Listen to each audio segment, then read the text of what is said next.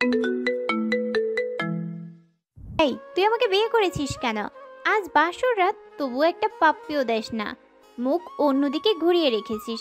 কোথায় ভেবেছিলাম বর এই করবে সেই করবে, শাকচুনি বান্ধবীদের কথার সাথে কোনো মিল দেখতে পাচ্ছি না। বাসরাতে নতুন বউয়ের মুখে তুই নামক ডাকটা শুনে খানিকটা অবাক হলাম।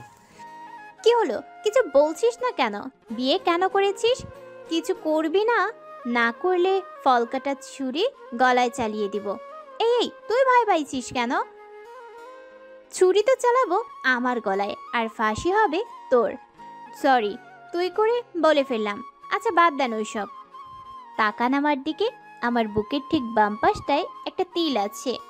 বুকের বাম পাশে তিল থাকলে নাকি বর অনেক রোমান্টিক হয়। পিচ্চি বউয়ের মুখে এসব কথা শুনে বিস্ময়ের দৃষ্টিতে তাকিয়ে বলতে লাগলাম, মানে কি বলছেন এইসব? এইসব কি বলতে হয়? চুপচাপ ঘুমান, নইলে নিচে শুতে হবে। বয়স 15 হবে কিনা সন্দেহ আছে, কথা বলে কি এক একটা। হায় আল্লাহ, কি বলেন আপনি? না আমার স্বামী, ভাবি বলেছে স্বামীর কাছে সব বলতে হয়। আচ্ছা, আরো কোথায় কি আছে বলবো কি? জানেন, আমার না নাভির কাছে। আল্লাহ, আমাকে বাঁচাও। মেয়েটা তো দেখছি আমায় পাগল বানিয়ে ছাড়বে। এই পিচ্চি, চুপ করবে তুমি? শুনেছি বাসুর ঘরে নাকি এই হয় সেই হয় স্বামী স্ত্রীর মাঝে। আপনি তো দেখছি কিছুই করছেন না। একটা কিস তো করতে পারেন। ছাই রোমান্টিক আপনি। আচ্ছা, জড়িয়ে নিতে তো পারেন, তা না করে মাঝখানে কোলবালিশ দিয়ে রাখছেন। কার কাছে শুনেছো? আর কেন, ভাবির কাছে। কি শুনেছো? ভাবি বলেছে স্বামী যেমন যেমন করতে বলে তেমনই করতে। ও আচ্ছা, খুব ভালো তোমার ভাবিটা। এখন তুমি ঘুমিয়ে যাও। তোমার ভাবি বলেছে না স্বামী যা বলেছে তাই করতে, সো তাড়াতাড়ি ঘুমিয়ে যাও। তাহলে ঘুমাবো? বাসর রাতে নাকি ঘুমায় না? তুমি কি আমাকে ঢপ দিচ্ছ?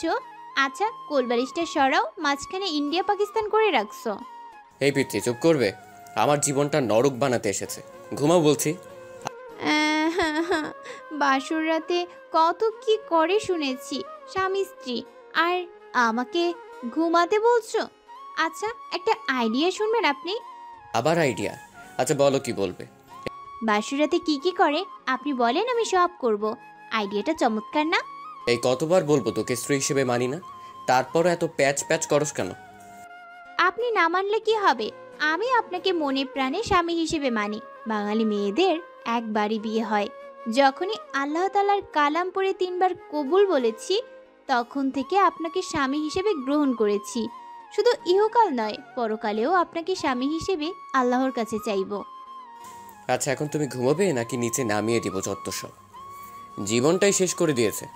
বিয়ে নিয়ে কত স্বপ্ন ছিল, বাসরাত নিয়ে কত পরিকল্পনা ছিল, কিন্তু কপালে যে বাচ্চা মেয়েটাকে বিয়ে করতে হবে তা কখনো জানতাম না। আচ্ছা, একটা পাপ্পি দেই আপনাকে। এই বলে মুখের কাছে মুখ নিয়ে ঠোঁটের সাথে ঠোঁট মিলিয়ে দিল। আমার চোখ জোড়া বন্ধ হয়ে গেল। পিচ্চির নাকের গরম শ্বাস জানান দিচ্ছে পিচ্চিটা কতটা কাছে চলে এসেছে আমার। আমি ধাক্কা দিয়ে সরিয়ে ঠাস ঠাস করে চড় বসিয়ে দিলাম। এই মেয়ে, বাসরাতে শখ যাচ্ছে? নাক টিপ দিলে দুধ বের হয়ে আসবে, আর সে কিনা বাসরাত নিয়ে লাফালাফি! যত সব! হিটলারটা আমার জীবনটা এভাবে নষ্ট করে দিবে কখনো ভাবিনি। আপনি ভুল বলছেন। নাকে চাপ দিলে দুধ বের হয় না। নাকে টিপ দিলে, থাক বলবো না, পচা বের হয়। দুধ তো বের হয়। আল্লাহ, কই রাখছো আমায়? এই ডেভিল মেয়ে, চুপ করবি? পিচ্ছু এত কথা বলতে হয় না। সত্যি বললে ডেভিল হয়ে যায়। আর আমি পিচ্ছি না। আমার বয়স 14 বছর 3 মাস 17 দিন। নাক টানতে টানতে বলল মেয়েটা। মনে মনে ভাবছি মেয়েটাকে মারা ঠিক হয়নি, কিন্তু কি করব? পিচ্চি মেয়েটার জন্য হিটলারটা আমার ভবিষ্যৎটাই নষ্ট করে দিল। আচ্ছা, আপনি ঘুমান। আর হাতে ব্যথা পেয়েছেন কি? কথাটা শুনে নিজের অজান্তেই খারাপ লাগলো। পিচ্চিটার দিকে তাকাতেই মনে হচ্ছে একটা পূর্ণিমার চাঁদ। এত সুন্দর কোনো মেয়ে হতে পারে? মুখ দিয়ে রংধনুর আভা বের হচ্ছে। এ কি, পিচ্চিটার ঠোঁট কেটে রক্ত বের হচ্ছে। থাপ্পড়টা জোরেই লাগছে। আচ্ছা, তোমার নাম কি? আমাকে বিয়ে করার সময় নাম শুনেননি? তোমাকে বিয়ে করার কোনো ইচ্ছেই ছিল না, হিটলারটার জন্য বিয়ে করেছি। এখন নাম কি বলবে? এখন বলে লাভ নেই, বিয়ে করে ফেলেছেন। শোনেন, আমার নাম কারিমা জাহান কথা। আচ্ছা, কথা, সরি। তোমার লাগেনি তো? এই যে নাও, টিস্যু দিয়ে রক্তটা মুছে নাও। আপনি না বলেছেন আমাকে স্ত্রী হিসেবে মানেন না? না মানলে আমার জন্য কষ্ট পেতেন না। হয় চুপ করবি? তোকে স্ত্রী হিসেবে কোনোদিন মানি না আর মানবও না। কাউকে টিস্যু দেওয়া মানে তাকে বউ হিসেবে মেনে নেওয়া না। এই বলে বালিশটা নিয়ে চলে গেলাম সোফাতে। আর একটু থাকলে আমি পাগল হয়ে যাব। কই যাচ্ছেন আপনি? জাহান্নামে যাচ্ছি, চুপচাপ এখানে শুয়ে থাকবি, নইলে তোকে ফ্লোরে শুয়ে থাকতে দেব। আচ্ছা ঠিক আছে। বাতিটা অফ করে শুয়ে শুয়ে ভাবছি, হিটলার আমার জীবনটা কিভাবে নষ্ট করে দিবে। তোবা শুনলে বাসায় এসে আমাকে খুন করবে, নইলে সে নিজে গাড়ির নিচে পড়ে মরবে। বারবার তোবার কথা মনে পড়ছে। দুজন দুজনকে নিয়ে কত স্বপ্ন দেখেছি। আর মাঝখানে হিটলারটা পিচ্চি মেয়েটাকে বিয়ে করিয়ে দিল। ও আপনাদের তো পরিচয়টাই দেওয়া হয়নি। আমি জিসান আহমেদ রাজ। অনার্স কমপ্লিট করে বাবার মানে হিটলারের হোটেলে খাচ্ছি। হঠাৎ রুমের বাতিকে যেন জ্বালিয়ে দিল। এই পিচ্চি, কি করো? কেন দেখতে পাচ্ছেন না আপনি? কাপড় কেন খুলছো? আমি কাপড় পরে ঘুমাতে পারি না। যত সব। এই কাপড় পরো। আর যদি কাপড় খুলতে দেখেছি কি যে করব। আহ, আপনি না বললেন ঘুমাতে? এত ভারী কাপড় পরে কেউ ঘুমায়? কেউ যদিও বা না ঘুমাই, তুই ঘুমাবি। ঘুমা বলছি। বাবা, আমার স্বামী আমাকে কাপড় খুলতে দেয় না। কথাটা বলতেই মুখটা চেপে ধরলাম। এই তোমার কি হয়েছে? এসব কি বাবাকে বলতে হয়? তো কি করব? কাপড় পরে ঘুমাতে পারি না, তাই বাবাকে ডাক দিচ্ছি। বাবা বলেছে যদি কোনো সমস্যা হয় বাবাকে বলতে। আচ্ছা তাহলে কাপড় খুলেই ঘুমাও। কথাটা বলতে দেরি হয়েছে, মেয়েটা কাপড় খুলতে দেরি হচ্ছে না। বুঝিয়ে সুঝিয়ে কোনো রকম কাপড়টা গায়ে রাখতে বলে এসে ঘুমিয়ে পড়লাম। সকালবেলা নুসরাত দরজা ধাক্কাচ্ছে আর ভাবি ভাবি করছে। নুসরাতের ডাকে ঘুম ভাঙতেই চেয়ে দেখি সকাল হয়ে গেছে। তাই তাড়াহুড়ো করে বালিশটা নিয়ে বিছানায় রাখতেই দেখি কথার কাপড় নিচে পড়ে আছে। আল্লাহ, কেমন বউ কপালে জুটলো, শাড়ি পরে ঘুমোতে পারে না। এই উঠো, অন্যদিকে তাকিয়ে। ওহ, কি হয়েছে মা? ওই আমি তোর মা? এই বলে জোরে ধাক্কা দিতেই কথার ঘুম ভেঙে যায়। কি হয়েছে? কাপড় পরে নাও। এখন আবার বলো না আমি কাপড় পরতে পারি না। আহ, আমি সত্যি কাপড় পরতে পারি না, আপনি পরিয়ে দেন। আমি পড়াতে পারি না। বড় বড় কথা বলতে তো পারো, আমি ছোট না। কাপড়টাই পরতে পারো না। আর হ্যাঁ, কাপড় পরাতে পারলেও আমি তোমাকে কাপড় পরিয়ে দিব না, নিজে পরে নাও। বাবা, ও বাবা, আপনার ছেলে আমাকে শাড়ি পরিয়ে দেয় না। সাথীর মুখে সুইসাইডের কথা শুনে থমকে গেলাম। মনে হচ্ছে কেউ যেন আমার বুক থেকে কলিজাটা বের করে নিচ্ছে। কি বলবো কিছু ভাবতে পারছি না। সাথীকে বললাম কিভাবে কথার সাথে বিয়ে হয়েছে আমার। সাথীকে বললাম ওই মেয়েকে কাবিনের 6 লক্ষ টাকা দিয়ে আগামী 6 মাসের মাঝেই ডিভোর্স দিয়ে দিব বলে সাথীকে একটা পাপ্পি দিয়ে ফোনটা রেখে দিলাম। পেছন দিকে তাকাতেই দেখি পিচ্চিটা আবার পিছনে দাঁড়ানো, চোখ থেকে অশ্রু গাল গড়িয়ে পড়ছে। আমি ফিরে তাকাতেই দৌড়ে রুমে গিয়ে দরজা লক করে দিল। যাওয়ার আগে বলে গেল সে জীবন রাখবে না। আমি যাওয়ার আগেই দরজা লক করে দিল পিচ্চিটা। খুব ভয় হচ্ছে। দরজার কাছে গিয়ে বললাম প্লিজ আমার পিচ্চি বউ দরজা খুলো। আর অমন কথা বলবো না, খুব কষ্ট হচ্ছে। মনে মনে ভাবলাম মা বাবাকে ডাক দেয়, পিচ্চিটা যদি কিছু করে ফেলে। যখনই মাকে ডাক দিব তখনই পিচ্চিটা দরজা খুলে বলল, কি বললা? আমি তোমার পিচ্চি বউ? তুমি কি করে ভাবলে আমি সুইসাইড করবো? আর ওই শাকচুন্নিটা তোমার সাথে ঘর করবে? আমি তোমায় ছাড়ছি না। তবে আমি সব শ্বশুরকে বলে দিব। বলবো তুমি এক শাকচুন্নিকে বলছো তুমি তাকে বিয়ে করবে, আমাকে ডিভোর্স দিবে। আরে না, মজা করছি। আমার বউটা কত কিউট। আহ, মিথ্যা গুছিয়ে বলতে হয়। আমাকে ঢপ দিচ্ছ, আমি বাবাকে ঠিকই বলে দিব। প্লিজ কথা বলো না। বলবো না, তবে একটা শর্ত আছে। কিসের শর্ত? আমাকে 5 মিনিট কিস করতে হবে। What case? না, লিপ কিস। সম্ভব না, প্লিজ পাগলামো করো না। কি করব? আমি না তোমার বউ? বাসুরাতে কিছু করছো? না বিড়াল মারছো? না অন্য কিছু? একটা বিড়াল ধরে মারলে কি এমন ক্ষতি হতো? ভাবি তো বলে দিল ঠিক মতো বিড়াল মারতে। এখন আবার লিপ কিসও করতে চাচ্ছ না? আমি ছোট বলে ঠকাচ্ছ? আমি বাবাকে সব বলে দিব। বলবো যে তুমি... আচ্ছা বলছি। বাবা, ও বাবা। কথাটা বলার আগে অনিচ্ছা সত্ত্বেও নিজেকে বাঁচাতে পিচিটার ঠোঁটের সাথে ঠোঁট মিলিয়ে দিলাম। চোখ জোড়া বন্ধ হয়ে আছে। পিচিটা শক্ত করে জড়িয়ে ধরে আছে আমায়। আমি ছাড়াতে চেয়েও ছাড়াতে পারছি না। হঠাৎ দরজার বাহির থেকে জান্নাত ডাকছে। জান্নাত দরজা ধাক্কা দিয়ে মেরে খোলার সাথে সাথেই কথাকে নিজের কাছ থেকে ছাড়িয়ে নিলাম। জান্নাত বলল যে বাবা আমাকে আজ অফিস যেতে বলেছে। জান্নাতকে বললাম বাবাকে বললো আমি অফিস যাচ্ছি। বাসা থেকে বের হয়ে স্বস্তির নিঃশ্বাস নিলাম। পিচিটার হাত থেকে বাঁচলাম। গাড়িতে থাকা অবস্থায় একটা মেসেজ আসলো। মেসেজে লেখা, ইমুতে আসো। ইমুতে গিয়ে দেখি সাথী হাত কেটে পিক দিয়েছে। সাথে সাথে ফোন দিলাম। কতক্ষণ রিং হওয়ার পর ফোন ধরলো সাথী। এই পাগলি, এমনটা কেউ করে? আমি কাকে নিয়ে বাঁচবো? আমি যে তোমাকে ছাড়া বাঁচবো না। কি করব? তোমার বউ হয়ে তোমার বাড়িতে আমার যাওয়ার কথা ছিল। নিজের ভালোবাসা মানুষ অন্যের বুকে, যাকে নিজের থেকে বেশি ভালোবাসতাম, আজ সে আমার না। কেন যে আল্লাহ আমাকে এইসব দেখার জন্য বাঁচিয়ে রেখেছে? আমি সত্যি বাঁচতে চাই না রাজ। এই জীবনে তোমাকে পাবো না, সেই জীবন রেখে কী লাভ বলো? প্লিজ থামবে তুমি? আমার যা সহ্য হচ্ছে না। তুমি আজ বিকেলে প্লিজ আমার সাথে পার্কে দেখা করো। আচ্ছা, 4টায় দেখা করব। এদিকে অফিস শেষ করে 4টায় পার্কের দিকে রওনা দিলাম। পার্কে গিয়ে দেখি সাথী নীল শাড়ি পরে বসে আছে। সাথীর পাশে গিয়ে বসলাম। বাতাসে সাথীর চুল থেকে মাতাল হাওয়া আসছে। আমার বসা দেখে সাথী আমার দিকে চেয়েই কেঁদে দিল। সাথীর চোখ থেকে টুপটুপ করে পানি পড়ছে। মনে হচ্ছে আমার হৃৎপিণ্ডে রক্তক্ষরণ হচ্ছে।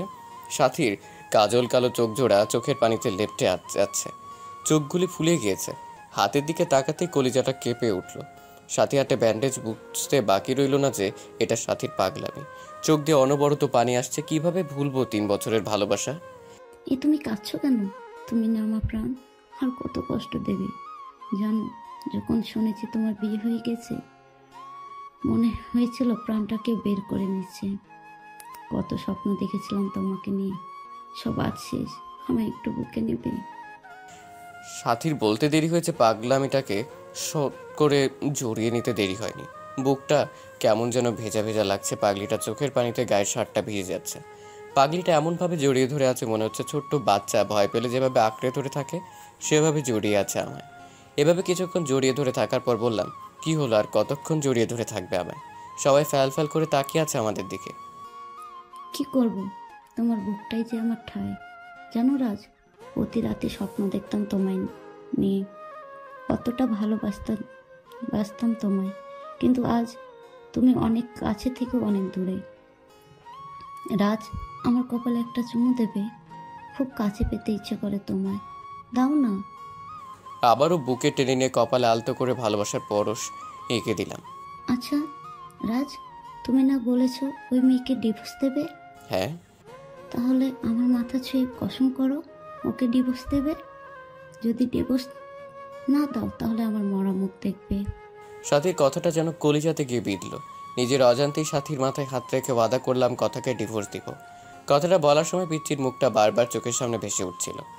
এদিকে সাথীকে ওর বাসায় পৌঁছে দিয়ে ফোনটা বের করে দেখি 73টা মিস কল। ফোন সাইলেন্ট ছিল তাই বুঝতে পারিনি। এদিকে সন্ধ্যায় বাসায় এসে দেখি কথা কোথাও নেই। মা বলল ফ্রেশ হয়ে আসতে। ফ্রেশ হওয়ার জন্য যখনই বাথরুমের দরজা ধাক্কা দিয়েছি তখনই এক চিৎকার। ও মা গো, ভূত! কথা চিৎকারে কথার দিকে তাকাতেই দেখি পিচ্চিটা শাওয়ার নিচ্ছে, শরীরে কাপড় নেই। এক দৌড়ে বাথরুম থেকে বের হয়ে সোজা রুমে গিয়ে বসে আছি। কিছুক্ষণ পর দেখি পিচ্চিটা ভেজা চুলে আয়নার সামনে গিয়ে বসলো। শাড়িটা কোনো রকম শরীরে পেঁচিয়েছে। আমার শরীরটা রাগে ফাটতেছে। বাথরুমের ঘটনার কথা মনে করে তাই গিয়ে জিজ্ঞেস করলাম, ওই পিচ্চি মেয়ে, বাথরুমে শাওয়ার নিলে দরজা লক করে নিতে হয় না? নিতে হয় তো।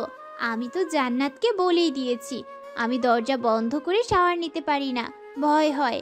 আর ওকে পাহারা দিতে বলেছি যেন কেউ না আসে। মনে মনে বলছি, এই জন্যই তো ডেভিল বোনটা ওয়াশরুমে যেতে দেখে মুচকি মুচকি হাসলো। এদিকে পিচিটার দিকে চেয়ে দেখি পিচিটা চোখে কাজল দিতে গিয়ে চোখের নিচে লেপ্টে ফেলেছে। যতটা না রাগ হচ্ছে তার চেয়ে বেশি হাসি পাচ্ছে। এই গোমরা মুখ, হাসো কেন? আমি কি করব? কখনো কোনোদিন সাজিনি।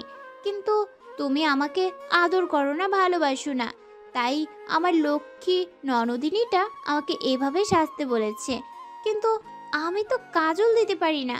দিয়ে দাও না, সেদিনের মতো শাড়ি পরিয়ে দাও না। পিচিটার কথা শুনে খুব রাগ হচ্ছে। বাবা যে কী দেখে পিচিটাকে আমার ঘাড়ে চাপিয়েছে।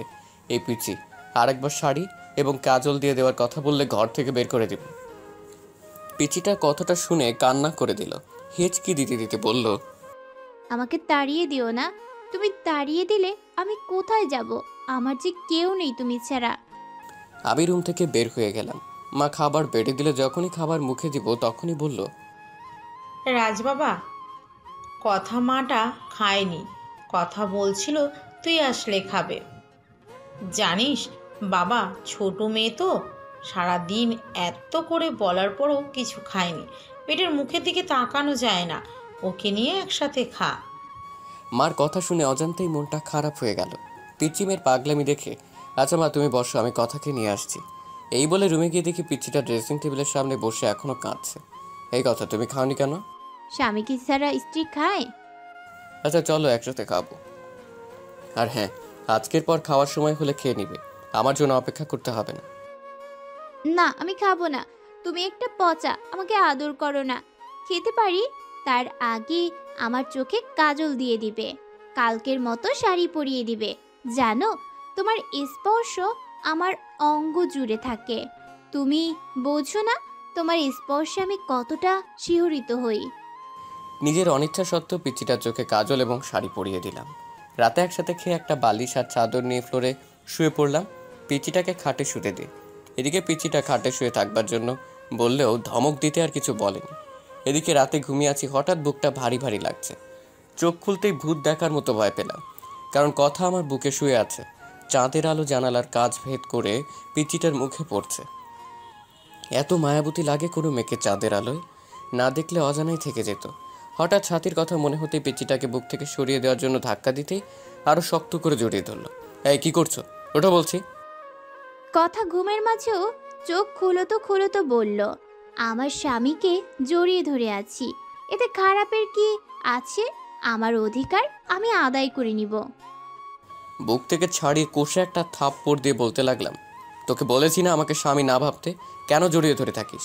আমি বলছি না তোকে ডিভোর্স দিব। কথাটা বলতেই খাটে চলে গেল কথা। আমি আবার গভীর ঘুমে হারিয়ে গেলাম।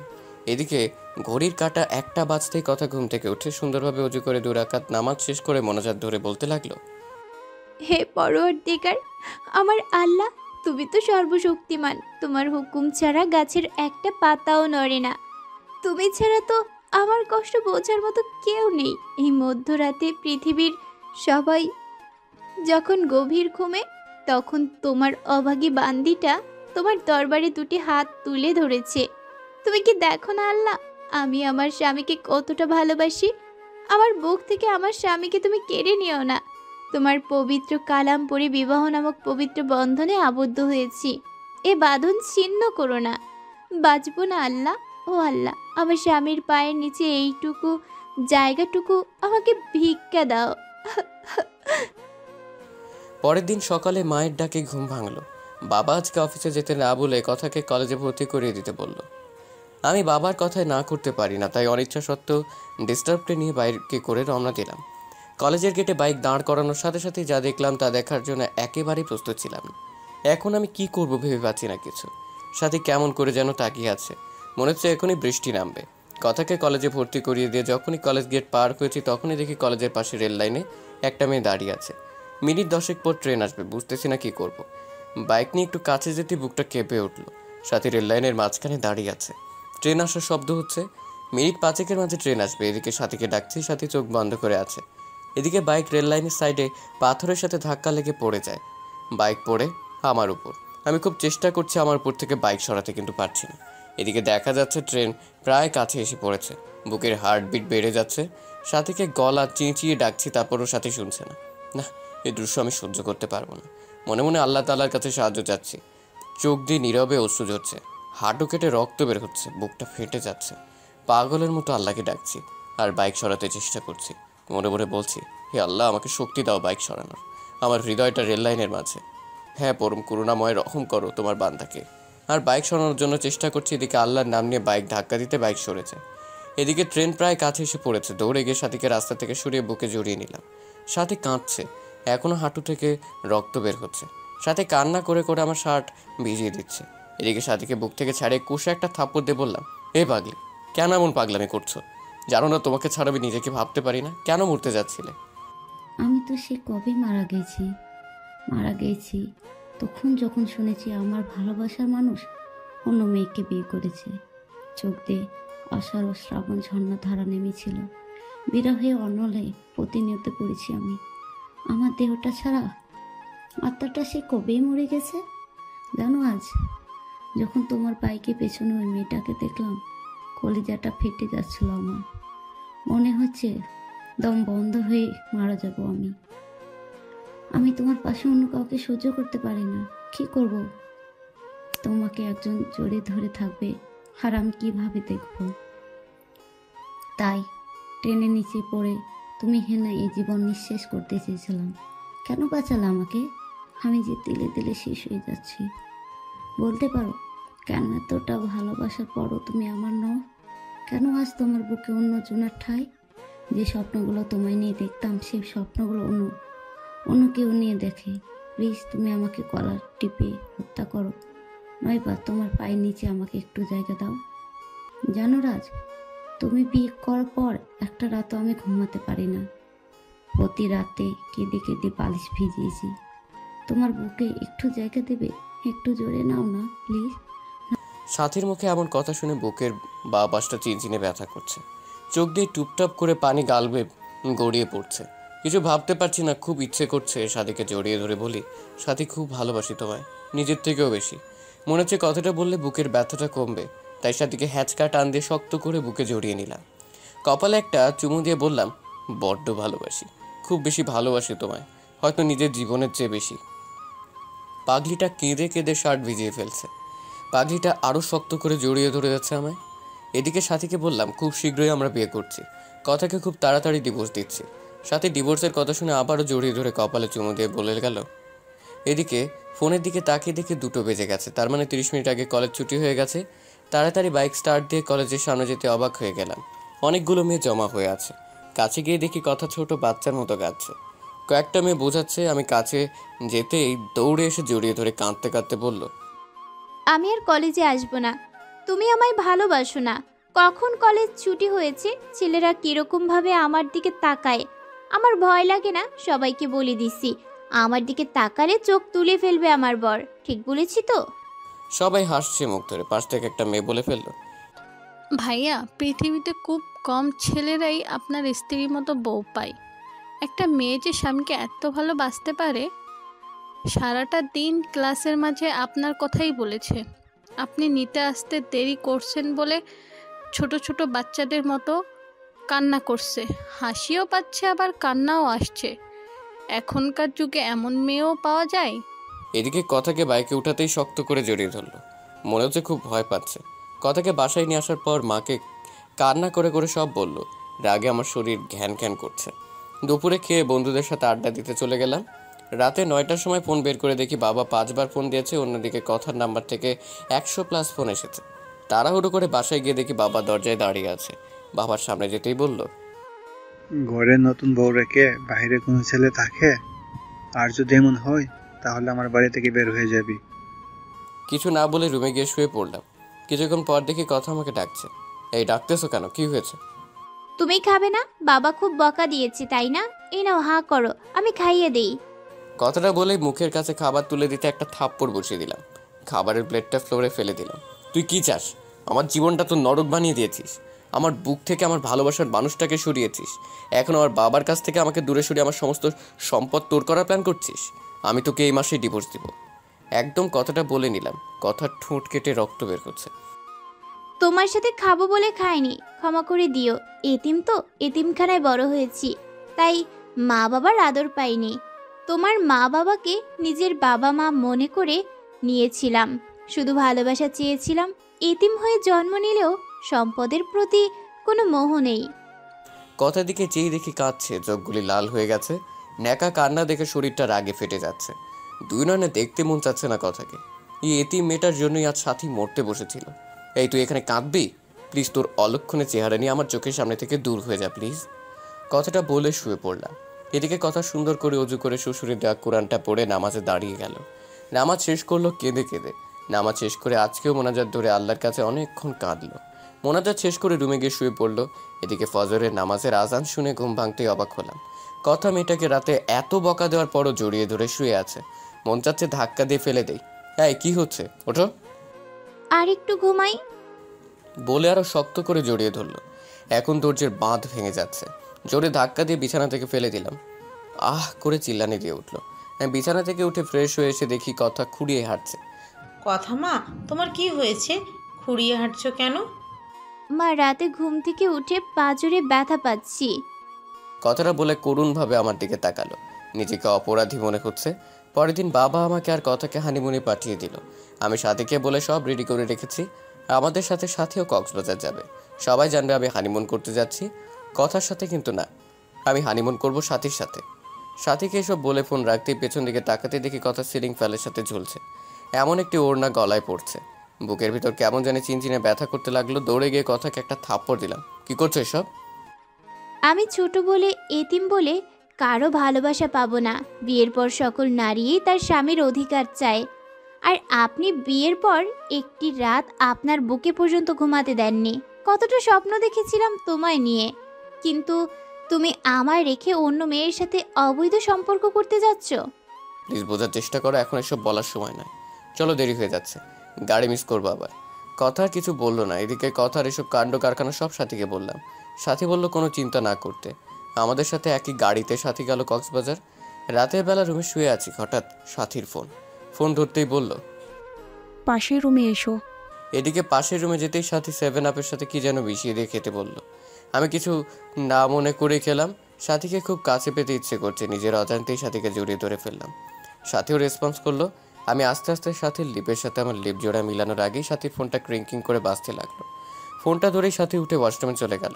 এদিকে কিছুক্ষণ পরে সে বলল, বাবু আমি অসুস্থ, কাল যা মন চায় তাই করো। এই বলে আমাদের রুমে দিয়ে গেল। কথাকে বলল সে আমাদের কলেজ ফ্রেন্ড। কথা কখনো সাথীকে দেখেনি।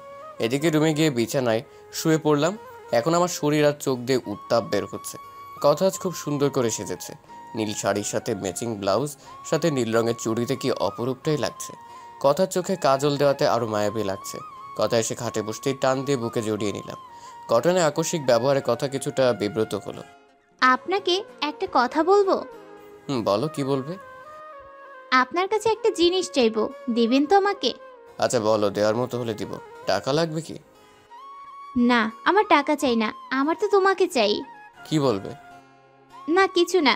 শোনো, তুমি কি আমাকে একটা কিউট মেয়ের মা বানাবে, যার নাম হবে তোমার নামানুসারে রাইসা? ইস, বাবুর মা হবার কথা বলে কিরকম লজ্জা পেয়েছে। লজ্জা পাবোই তো। আমি কথার কারের কাছে মুখটা নিয়ে বললাম, কাছে আসো, তোমাকে রাইসার মা বানাচ্ছি। দুষ্টুমির ছলে কথাটা বললাম। কথা ছোট বাচ্চার মতো আমার বুকে মুখ লাগালো। আমি কথার কপালে একটা চুমু দিয়ে আরো শক্ত করে জড়িয়ে ধরলাম। পিচিটা টাঁট ঠোঁট জোড়া আমার ঠোঁটের সাথে মিলিয়ে দিল। এরপর নারী পুরুষের সবচেয়ে ঘনিষ্ঠ কিছু মুহূর্ত পার করলাম। তারপর বুকে জড়িয়ে শুয়ে পড়লাম। সকালে ঘুম থেকে উঠে দেখি কথার কাপড় চোপড়ে কিছু ঠিক নেই। আমার শরীরের বিভিন্ন জায়গায় লিপস্টিকের দাগ। পিচিটা এখনো শক্ত করে জড়িয়ে ধরে আছে আমায়। রাতের কথা মনে হতে লাফ দিয়ে উঠলাম। এ কি করলাম আমি? আমি তো কথাকে ডিভোর্স দিব, তবে কেনই বা তার সতীত্ব হরণ করলাম? মাথা কাজ করছে না। কথাকে আজ খুশি খুশি লাগছে। বিয়ের পর কখনোই এতটা খুশি দেখিনি ওকে। সকাল সকাল ফোন দিয়ে সাথীকে সব কিছু বললাম। সাথী আমার কথা শুনে তেলে বেগুনে ফুলে উঠলো। সাথীকে বললাম, সব কিছু তোমার জন্যই হয়েছে। তুমি যদি গত রাতে সে মেডিসিন না খাওয়াতে তাহলে এমনটি হতো না। আচ্ছা বাদ দাও, কোনো চিন্তা করো না। কাল তোমাকে একটা পিল দেবো, সেটা খাইয়ে দিও, তাহলে কোনো চিন্তা করতে হবে না। সাথীর কথা শুনে বেশ অবাক হলাম, কিন্তু সাথীকে ভালোবাসি, কথাও দিয়েছি সাথীকেই বিয়ে করব। তাই আর কোনো কিছু চিন্তা না করে রাজি হয়ে গেলাম। পরের দিন রাতে একটা পিল নিয়ে বললাম, খেয়ে নাও তো পিলটা। কথা, কিসের পিল এটা? আমি তো সুস্থ, আপনি কিসের পিল খেতে বলছেন আমাকে? তোমাকে মিথ্যে বলে লাভ নাই, ক্ষমা করে দিও। সেদিনের রাতে তোমার সাথে যা হয়েছে তা নিছক একটি দুর্ঘটনা মাত্র। আমি জানি তুমি যা হারিয়েছো তা পৃথিবীর বিনিময়ে ফিরিয়ে দিতে পারবো না। আমি ডিভোর্স পেপার রেডি করে রেখেছি, তাই আমি চাই না আমার সন্তান তুমি গর্ভে ধারণ করো। চিন্তা করো না, ডিভোর্সের সাথে তোমাকে 20 লাখ টাকার একটা চেক দিয়ে দিচ্ছি, সময় করে ব্যাংক থেকে তুলে নেবে। এদিকে আমার কথাটা শুনে কথা আমার 2 পা জাপটে ধরে বলতে লাগলো, প্লিজ আপনি আমার গর্ভের সন্তান নষ্ট করতে বলবেন না। আপনার মন চাই আপনি আরেকটা বিয়ে করেন। আমি কখনো কোনোদিন স্বামীর অধিকার চাইব না। আপনার বাড়িতে তো 2টো কাজের মেয়ে রাখছেন, আমাকে নিয়ে না হয় 3টা হবে। প্লিজ আমার সন্তানকে নষ্ট করে দিতে বলবেন না প্লিজ। আমি সারা জীবন আপনার বাসায় কাজের মেয়ে হয়ে থাকব, কোনো পারিশ্রমিক দিতে হবে না। শুধু আমাকে ডিভোর্স দিয়েন না। আমার সন্তানটা যেন বলতে পারে আপনি তার বাবা। আমি চাই না আমার মতো আমার অনাগত সন্তানটা পিতৃহীন পরিচয়ে বড় হোক। প্লিজ একটা এতিমকে এভাবে ফিরিয়ে দিবেন না। আপনার পায়ের নিচে একটু জায়গা দেন, নয়তো গলা টিপে মেরে ফেলেন। এই কি করছো? পা ছাড়ো। আমি পারবো না, আমার জীবনের সাথী ছাড়া কেউ নেই। এখন পিলটা খেয়ে নিবে, যদি না খাও মনে করব তুমি আমার বুকে পা রেখে তুমি গর্ভধারণ করবে। এখন তোমার ইচ্ছে। প্লিজ এমন কসম দিও না। আমার কাছে যে তোমার স্থান সবার উপরে।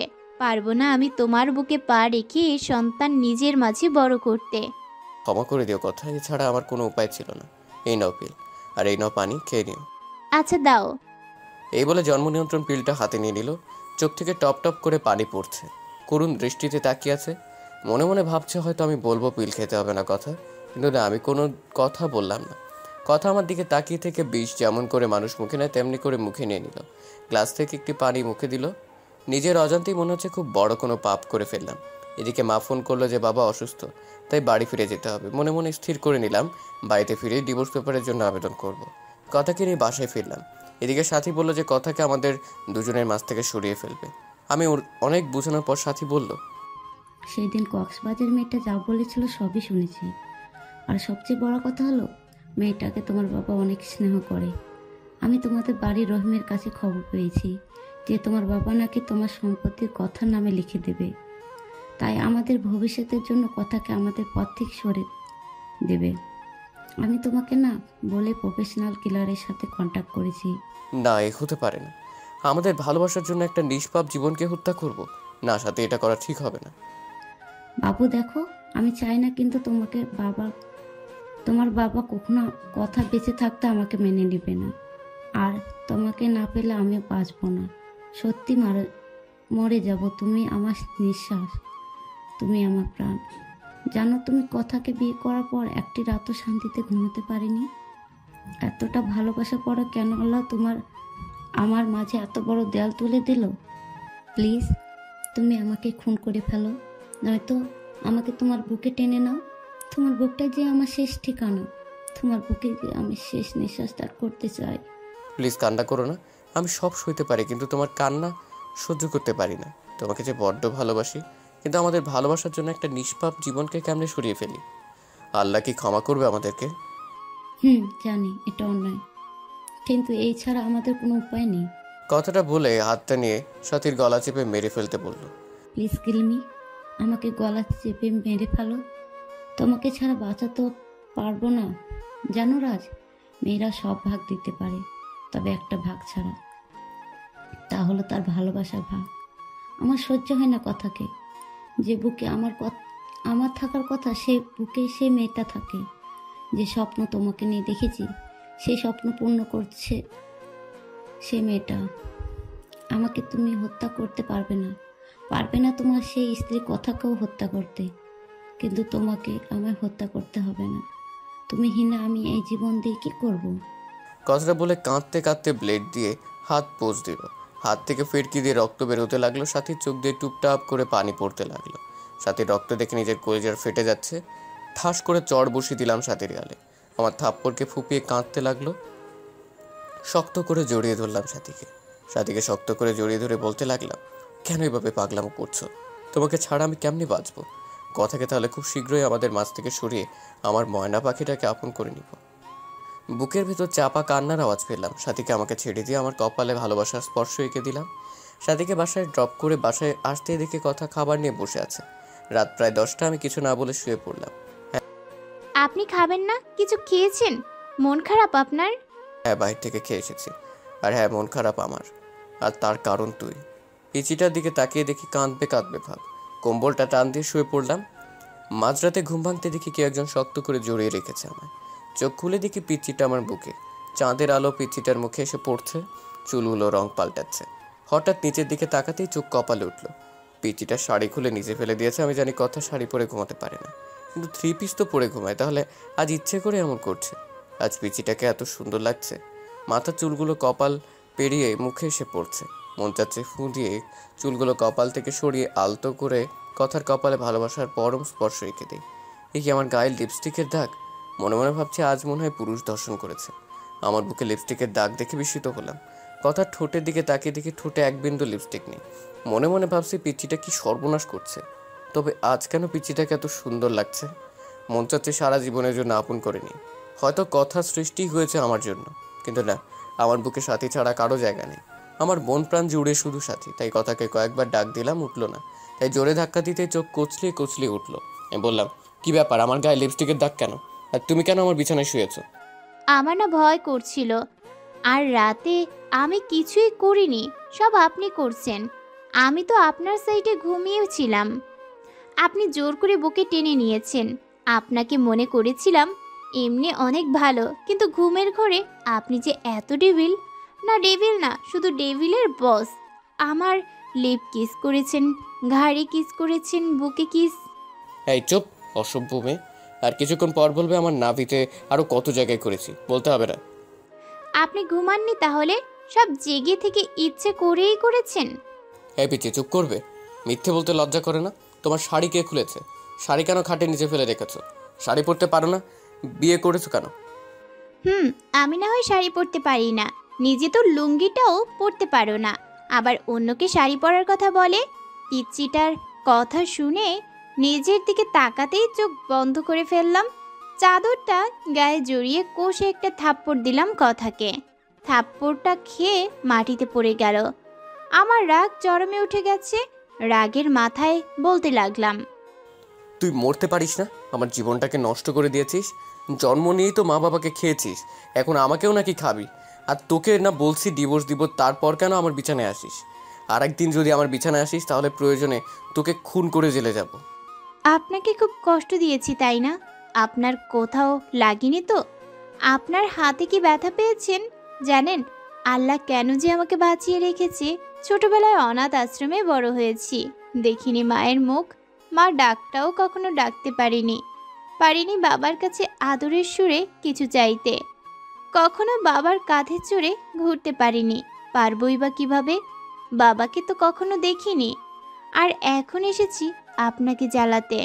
জানেন আত্মহত্যা মহাপাপ, সেই জন্যই হয়তো বেঁচে আছি। তা না হলে কখনো আপনার পথের কাটা হতাম না। আপনার বাড়ির দাসী করে রেখে দিয়েন, পারিশ্রমিক হিসেবে সকাল বিকাল রাতে এভাবে থাপ্পড় দিয়েন, তবুও তো দাসী হয়ে আপনার হাতের স্পর্শটা পাবো। আমি কি করব? ভয় পাই তো, তাই আপনার বুকটাকে নিরাপদ মনে করে শুয়েছিলাম। ক্ষমা করে দিবেন এই এতিমটাকে। নিচের দিকে তাকিয়ে কথাগুলো বলতেছিল আর চোখ থেকে আষাঢ়ে শ্রাবণ ঝর্ণা ধারায় মতো জল গড়িয়ে পড়ছে চোখ থেকে। পিচ্চিটার কথা শুনে নিজের কাছেই খুব খারাপ লাগছে, এভাবে মারাটা ঠিক হয়নি। সবচেয়ে খারাপ লাগছে যখন দেখলাম পিচ্চিটার ঠোঁট কেটে রক্ত পড়ছে। পরদিন মা বাবা জান্নাতকে নিয়ে নানি বাড়ি চলে গেলে সাথীকে ফোন দিলে সাথী বাড়িতে আসে। এদিকে সাথী আজ পিঙ্ক কালারের একটা শাড়ি পরেছে, হালকা লিপস্টিকের সাথে চুলগুলো ছেড়ে দিয়েছে। সাথী আসলেই সাথীকে নিয়ে বেডরুমে ঢুকে পড়ে। কথা অবাক নয়নে তাকিয়ে আছে, চোখটা ছলছল করছে, মনে হচ্ছে কখন জানি বৃষ্টি নামবে। কি হলো, দরজায় দাঁড়িয়ে আছো কেন? আজ তুমি জান্নাতের রুমে থাকবে, আর আজ রাতে আমাদের এই রুমে আসবে না বিরক্ত করতে। আর হ্যাঁ, আমাদের দুজনের জন্য খাবার দিয়ে যেও। এদিকে কথা আমার মুখের দিকে তাকিয়ে মাথা নাড়িয়ে হ্যাঁ সূচক জবাব দিল। কথা চলে গেল।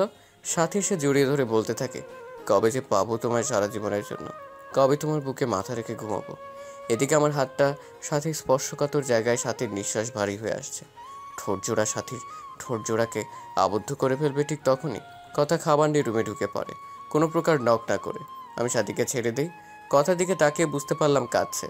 কথা ভাবিনি আমি এতটা নিচে নেমে যাব, কিন্তু কথা জানতো না আমার কলিজার টুকরা হচ্ছে সাথী। সাথী আমার জীবন মরণ, আমার ভালোবাসা সব সাথীর জন্য। কথা খাবার রেখে চলে গেল, চোখ দিয়ে পানি পড়ছে দেখা গেল কথার। এদিকে সাথীর সাথে গল্প করতে করতে কখন যে আমি আর সাথী ঘুমিয়ে যাই খেয়াল নেই। সাথীর সাথে ফিজিক্যালি রিলেশন করতে চাইলেও সাথী বিয়ের পরের কথা বলে। আমরা সিদ্ধান্ত নিয়েছি 1 সপ্তাহ পর বিয়ে করব, তাই আর জোর করিনি। এদিকে মাঝরাতে কারো চাপা কান্নার আওয়াজে ঘুম ভেঙে যায়। চোখ খুলতেই দেখি সাথী আমার বুকে।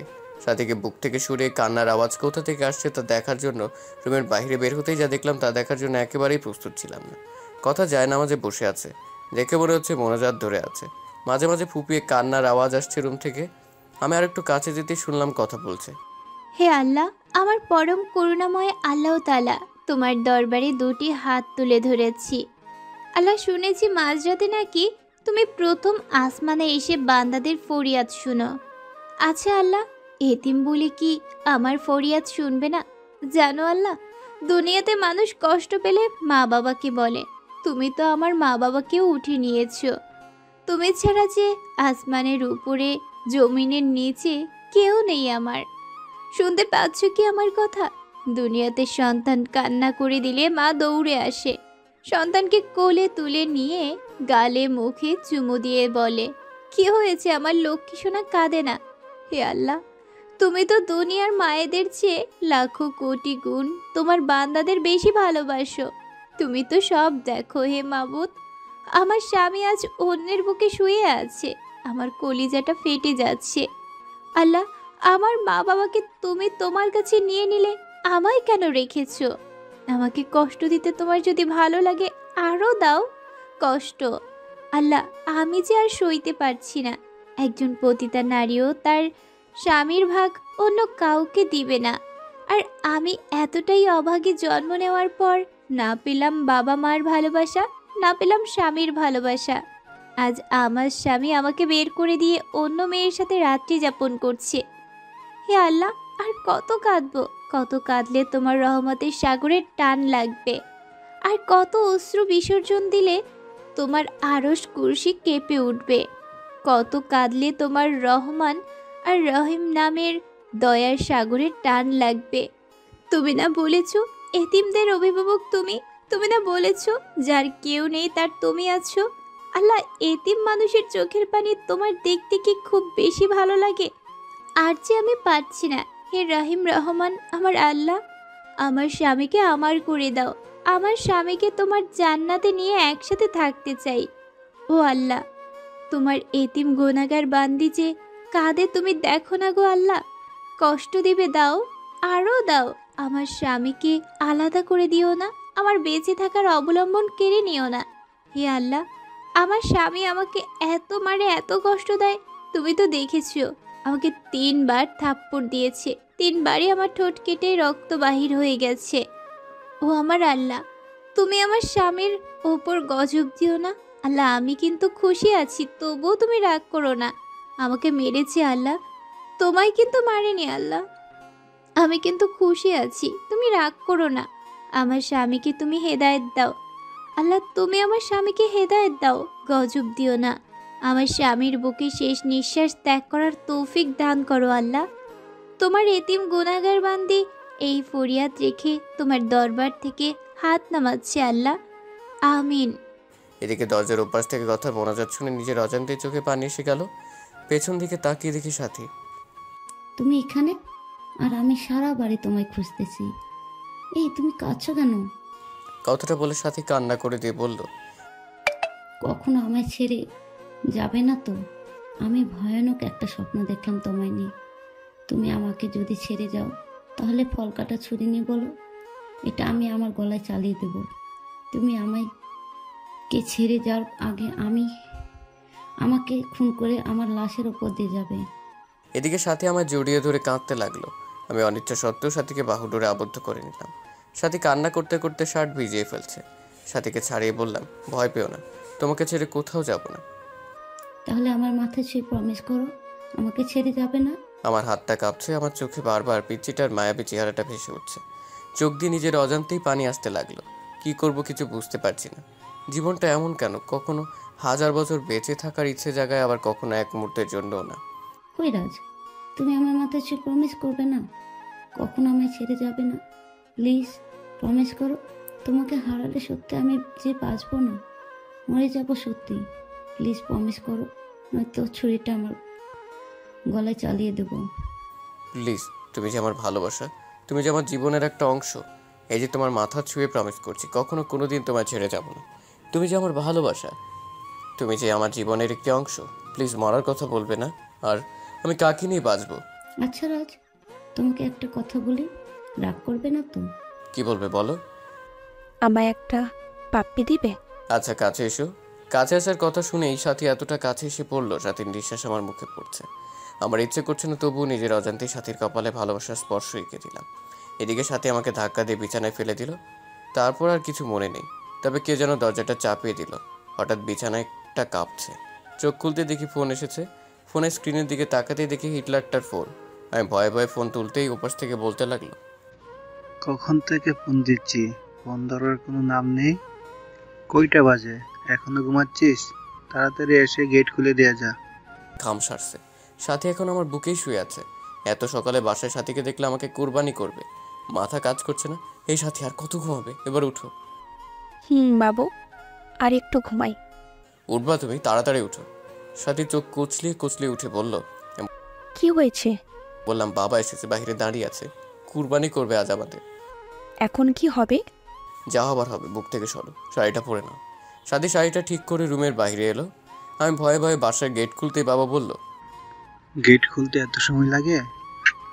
আর ওই মেয়ে এখানে কেন? কেন এসেছে এত সকালে? আমি কি বলবো ভেবে পাচ্ছি না, খুব ভয় হচ্ছে। হঠাৎ কথা বলতে লাগলো, বাবার সাথী আমার বান্ধবী এদিক দিয়ে যাচ্ছিল আর আমাকে ফোন দিলে আমি আসতে বলি। বাসায় আসার পর দেখি রাজার সাথে পূর্ব পরিচিত। সাথী, তুমি কিছু মনে করো না। রাজের বাবা এমনি সব কিছু সন্দেহের চোখে দেখে। আন্টি, আমি কিছু মনে করিনি। আমার আজ তাড়া আছে। এখন তাহলে উঠি, অন্যদিন আবার আসবো। সাথী কথাটা বলে চলে গেল। সাথী চলে গেলে কথাকে ছোট্ট করে ধন্যবাদ দিলাম। কথা করুণ দৃষ্টিতে আমার দিকে তাকালো। কথার কলেজে ক্লাস শুরু হয়েছে, কথাকে বাবা কলেজে দিয়ে আসতে বলল। বাবার কথা মতো কথাকে কলেজ নিয়ে যাবার জন্য বের করলে সাথী ফোন দেয় এবং বলে কথাকে গাড়ি করে যেন কলেজে পাঠায়। সাথীর কথা মতো তাই করলাম। দুপুরে বসে আছি, হঠাৎ কথার নাম্বার থেকে ফোন আসলো। এই ফোনটা ধরতে ওপাশ থেকে অপরিচিত কণ্ঠে কেউ একজন বলল, ফোনটা যার, তিনি দুর্ঘটনায় মারা গেছে। লাস্ট ডায়ালে আপনার নাম্বারটা ছিল। প্লিজ, মেয়েটি যদি আপনার পরিচিত হয়ে থাকে তাহলে শেরপুর সরকারি হসপিটালে আসুন। কথাটা শুনে কিছুক্ষণের জন্য পাথর হয়ে গিয়েছিলাম। কি থেকে কি হয়ে গেল? হসপিটালে গিয়ে দেখি মাথাটা কেমন থেতলে গেছে, নাক দিয়ে রক্ত বের হয়ে আছে, মুখটা অনেক মায়াবী লাগছে। আজ কেন জানি বুকটা ফেটে কান্না আসছে। আজ তো আমার সুখের দিন, আমার পথের কাঁটা দুনিয়া থেকে বিদায় নিয়েছে। তবে কেন এত কষ্ট হচ্ছে? মনে হচ্ছে প্রাণটা দেহ থেকে বের হয়ে যাচ্ছে। হে আল্লাহ, ভালোবাসা পাওয়ার জন্য নিজের স্ত্রীকে খুন করে ফেললাম। কিছুক্ষণ পর বাবা মা আসলো, তারাও কাঁদছে। বাবা সবচেয়ে বেশি কাঁদছে। আজ কথার দাফন, কথার লাশটা কাঁধে নিয়েছি। মনে হচ্ছে কলিজাতে কেউ ছুরি চালিয়ে দিয়েছে। দূরে সাথীকে দাঁড়িয়ে থাকতে দেখলাম, সাথীও আজ কাঁদছে। আকাশ বাতাস আজ কাঁদছে মনে হচ্ছে। কথাকে দাফন করে আসলাম। সাথী আমাকে নির্জনে ডেকে নিয়ে অনেক কান্না করলো, ক্ষমাও চাইলো। সরাসরি আমার পায়ে পড়ে বলতে লাগলো, রাজ, আমাদের ভালোবাসার জন্য একটা নিষ্পাপ জীবনকে হত্যা করে ফেললাম। আমি সাথীকে সান্ত্বনা দেওয়ার জন্য বললাম, তুমি কিছু অন্যায় করনি, যদিও বা করে থাকো সব তোমার ভালোবাসাকে পাওয়ার জন্য। সাথী চলে গেল। কথার ছায়া মনে হয় প্রতিনিয়ত আমার পাশে ঘুরে, কেমন যেন উদাসীন লাগে। আজকে ভাবলাম সাথীর কাছে যাই, এভাবে আর পারছি না। আজ রাতটা সাথীর সাথে থাকবো। সাথীকে ফোন দিয়ে না পেয়ে বাসায় গেলাম। বাসায় গিয়ে দেখি দরজা খোলা। আমি সরাসরি সাথীর রুমে চলে গেলাম। সাথীর রুমের কাছে যেতেই দরজার ভেতর থেকে পুরুষ কণ্ঠের আওয়াজ শুনলাম। আমি ভেতরে কি হচ্ছে তা দেখার জন্য জানালার পর্দা সরিয়ে রুমের ভেতরে তাকাতেই চমকে উঠলাম। সাথী আর তার ভাই রদক্রিয়ায় ব্যস্ত। হঠাৎ সাথী যা বলল তা শোনার জন্য একেবারেই অপ্রস্তুত ছিলাম। বাবু, কতদিন ধরে আদর করো না? প্লিজ আর একটু কাছে এসো। উম্মা। আমার বাবুটা কি হট! ইস, আমার বুঝি লজ্জা করে না? ও মা, তাই বুঝি? কোথায় লজ্জা করে? কথাটা বলে কিস করতে লাগলো আর বলতে লাগলো, বাসর রাতে কে আগে জড়াই ধরছিল? আর আমার তো স্বামী স্ত্রীর মাঝে কিসের লজ্জা? পৃথিবীর সবাই জানে আমার ভাই বোন, তবে আমরা দুজন ছাড়া। কথাটা বলে সাথীর ঠোঁট জোড়ার সাথে সজীবের ঠোঁট জোড়া মিলিয়ে দিল। এসব দৃশ্য দেখে আমার পায়ের তলার মাটি সরে যাচ্ছে, চোখ দিয়ে অঝরে পানি ঝরছে। যার জন্য আমার নিষ্পাপ বউকে হারালাম, মন চাই কাল নাগিনীকে খুন করি। কথার মুখটা বারবার চোখের সামনে ভেসে উঠছে। ওগো সঞ্চ, আমাদের প্ল্যান সাকসেসফুল হওয়ার পথে। আমাদের পথের কাটা কথাকে গাড়ি চাপা দিয়ে মেরে ফেলেছি। মেয়েটাকে রাজকে অনেক ভালোবাসতো, কিন্তু আমার অভিনয়ের কাছে সব ভালোবাসা চাপা পড়ে গেছে। আমার বউটা অভিনয়ে অ্যাওয়ার্ড পাবে। তুমি একদম পারফেক্ট অভিনয় করেছো। সবচেয়ে রেলগাড়ির নিচে চাপা পড়ে মরার প্ল্যানটার সাথে সাথে সাথে অভিনয়টা একদম সুপারহিট হয়েছিল। দেখতে হবে না বউটা কার? এখন শেষ একটা কাজ হচ্ছে আমাদের জন্য পাগল রাজকে বিয়ে করে কৌশলে তার সমস্ত সম্পত্তি লিখে নিয়ে আমার বাবুটাকে নিয়ে আমেরিকা চলে যাও, আর তা এই মাসে পূর্ণ হবে। হাসতে হাসতে কথাগুলো বলল। কথাগুলো শুনে বুকটা চিনচিনে ব্যথা করছে। মন চাচ্ছে দুইটাকে খুন করি। এদের জন্য আমার স্ত্রী কথা আজ বড় পারে, কিন্তু না, এদেরকে এভাবে মারলে ফেসে যাব। তাই কৌশলে আমার স্ত্রী হত্যার প্রতিশোধ নিতে হবে। আজ বাইক চালাচ্ছি আর কথার কথা ভাবছি। মনে হচ্ছে কথা আমার পাশে বসে শক্ত করে জড়িয়ে ধরে আছে। চোখ দিয়ে নিজের অজান্তেই পানি আসছে।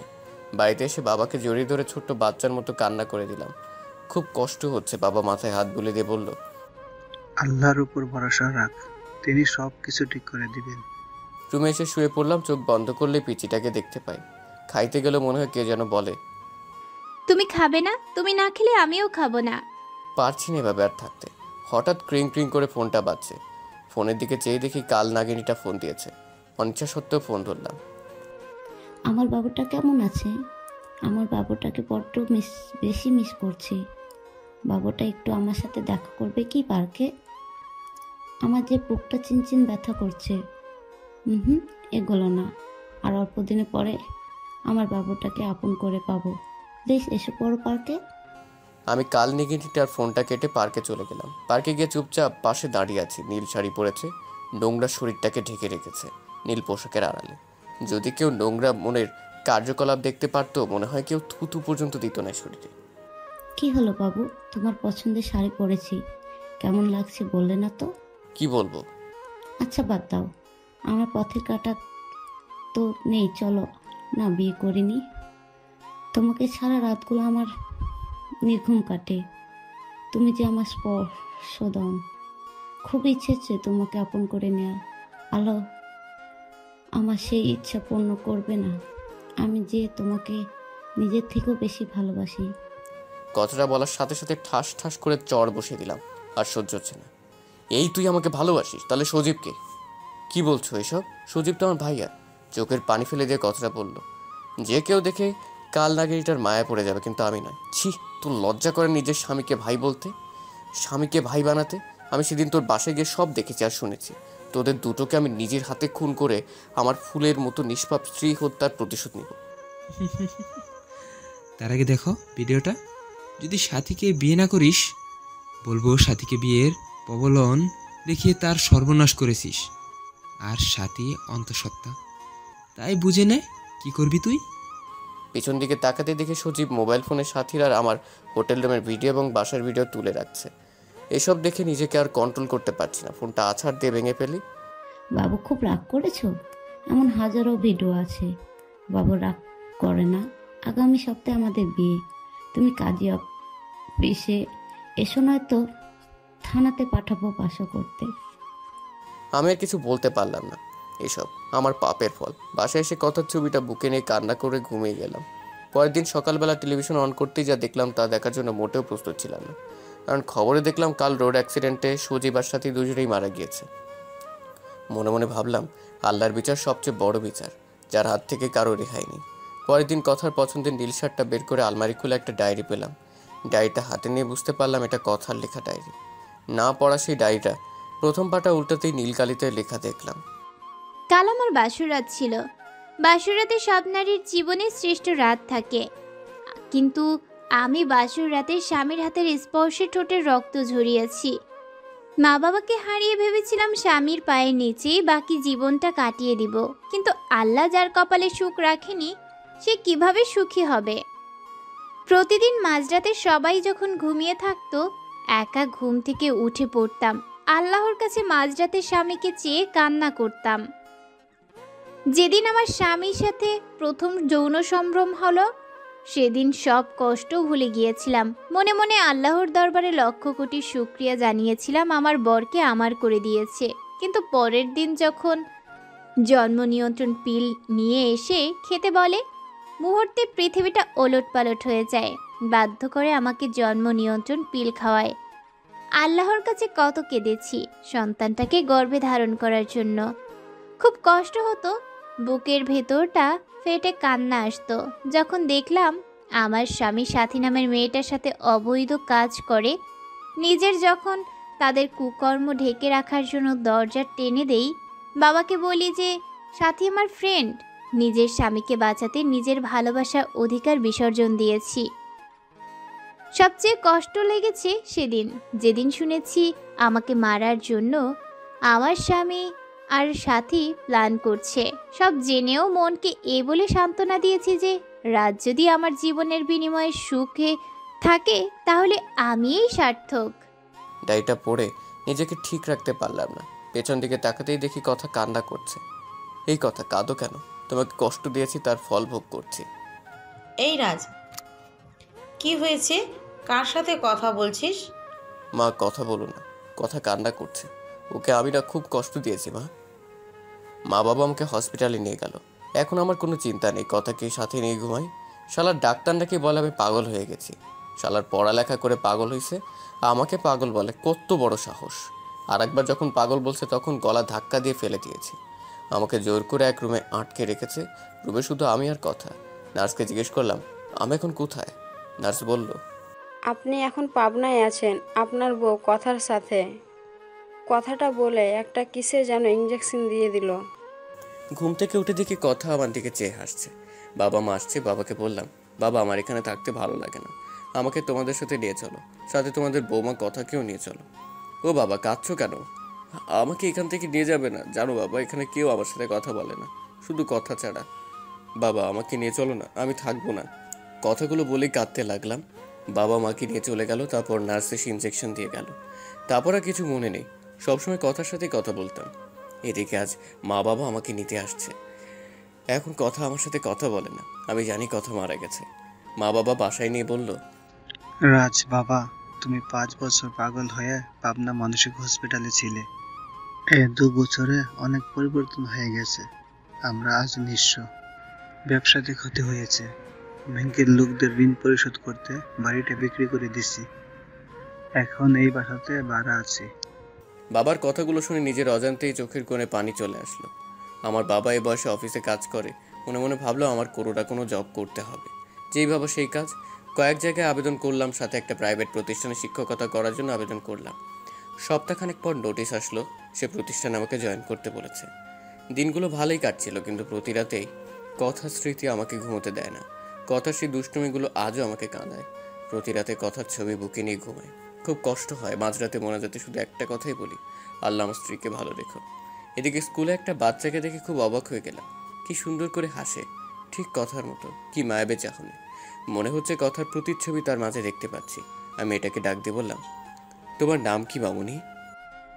আসসালামু আলাইকুম। ওয়ালাইকুম আসসালাম। উত্তরটা দিয়ে মনে মনে ভাবতে লাগলাম, এতটুকু বাচ্চা মেয়ে হাই হ্যালো না বলে সালাম দিল। আপনি কি জানেন না, কারোর সাথে কথা বলতে হলে প্রথমে সালাম দিয়ে কথা শুরু করতে হয়? আমার নাম তাসনিয়া কারিমা রায়েশা। নামটা শুনে বুকটা কেমন কেঁপে উঠল। আপনি আমাদের নতুন টিচার? হ্যাঁ মামুনি, আমি তোমাদের নতুন টিচার। এই নাও চকলেট, আমরা আজ থেকে ফ্রেন্ড, কেমন? ফ্রেন্ড। তুমি আমার চকলেট নিলে আমাকে পাপ্পি দিবে না? তুমি এত কিপটে কেন? তোমার সাথে আরি। কান ধরো, কান ধরে বলবে রাজকন্যার সাথে আর কোনোদিন অপরাধ করব না।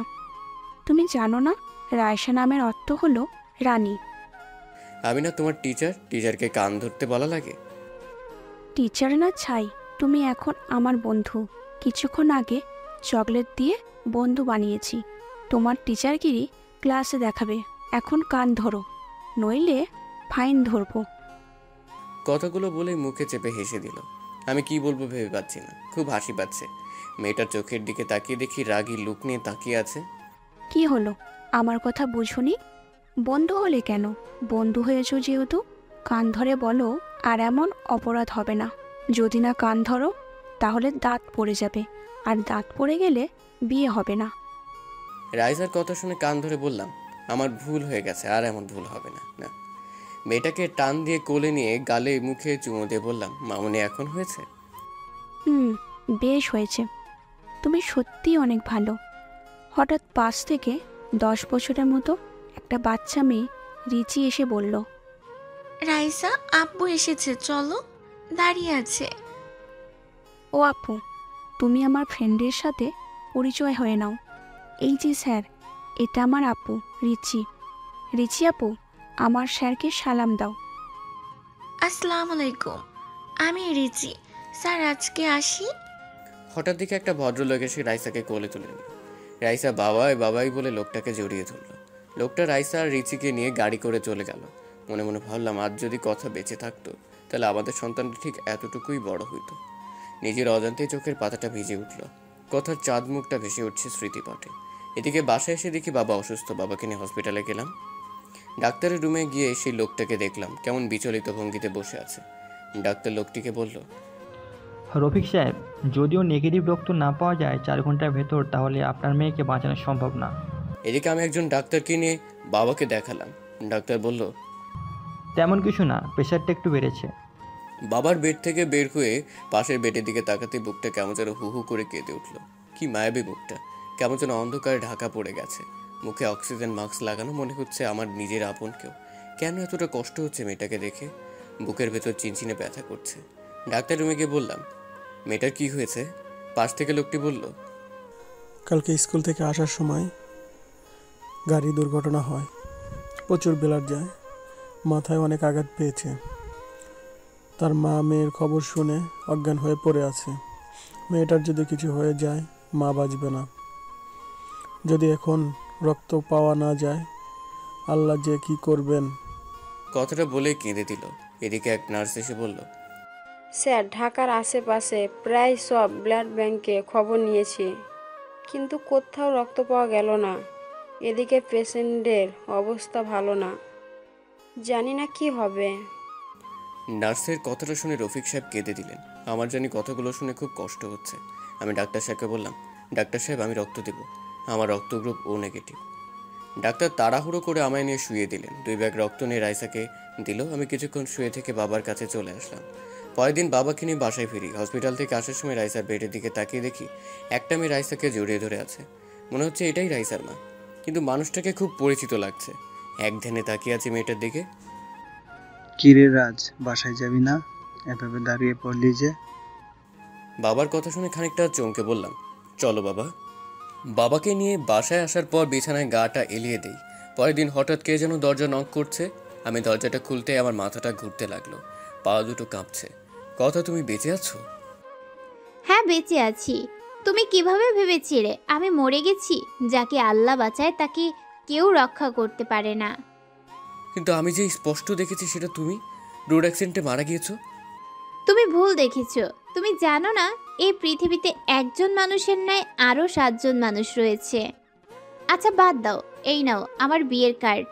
তুমি কিন্তু আসবেই, আঙ্কেল আন্টির সাথে জান্নাতকেও নিয়ে আসবে। কথা, আমি তোমাকে ভালোবাসি, বড্ড বেশি ভালোবাসি। আমি আমার ভুল বুঝতে পেরেছি। প্লিজ আমাকে ক্ষমা করে দাও। তোমাকে ছাড়া সত্যি বাঁচবো না। প্লিজ ছেড়ে যেও না আমায়। প্লিজ, আমার বুক থেকে তোমাকে কেউ আর কেড়ে নিতে পারবে না। কান্না করে দিয়ে কথাগুলো বললাম। চোখ থেকে টুপটাপ করে পানি পড়ছে। নিজের অজান্তেই কথার হাতটা ধরে ফেললাম। ঠাস ঠাস করে চড় বসিয়ে দিল কথা আমার গালে। হঠাৎ কি যেন পড়ায় শব্দে ঘুম ভেঙে যায়। ফ্লোরের দিকে চেয়ে দেখি বুক থেকে কথার ছবিটা পড়ে ভেঙে গিয়েছে, গলাটা শুকিয়ে গেছে। টেবিল থেকে এক গ্লাস পানি খেয়ে এসে বিছানায় ধপ করে বসে পড়লাম। আমি বুঝতে পারলাম আমি কথাকে নিয়ে বাজে স্বপ্ন দেখেছি। কথার মুখটা বারবার ভেসে উঠছে। কয়েকদিন পর স্কুলে গিয়ে দেখি রফিক সাহেব বসে আছে। আপনাকে আজ আমাদের বাড়িতে দাওয়াত, সন্ধ্যায় আসবেন। আজ আমাদের রাইসার 5ম জন্মবার্ষিকী। রফিক সাহেব কথাটা বলে বাড়ির ঠিকানা দিয়ে চলে গেল। এদিকে সন্ধ্যায় ঠিকানা দেওয়া বাসায় গিয়ে নক দিলাম। একটা কাজের মেয়ে দরজাটা খুলে দিল। বাসাটা খুব সুন্দর করে সাজানো। রাইসা দৌড়ে এসে আমায় জড়িয়ে ধরলো। খুব সুন্দর লাগছে। মেয়েটাকে কোলে নিয়ে গালে মুখে চুমু দিয়ে বুকে জড়িয়ে নিলাম। অজানা এক প্রশান্তি মনে হচ্ছে ছুঁয়ে গেল। বাড়িতে প্রায় আমাদের স্কুলের সব টিচারদের দাওয়াত করা হয়েছে। হঠাৎ সিঁড়ি দিয়ে কাউকে নামতে দেখে থমকে গেলাম। নীল রঙের চশমাটা খুলে মুছে আবার চোখে পড়লাম। বুকের স্পন্দন বেড়ে যাচ্ছে, কারণ এ তো অন্য কেউ না, কথা। এটা কিভাবে সম্ভব, যাকে নিজ হাতে দাফন করেছি, যার চাঁদ মুখটা এখনো ভেসে ওঠে, কিন্তু কথা আবার বেঁচে আছে। কথার দিকে তাকিয়ে পলক ফেলতে পারছি না। নিজের অজান্তেই কথা নাম ধরে ডাকতে গিয়ে গলাটা কেমন যেন ধরে এলো অন্যদিকে।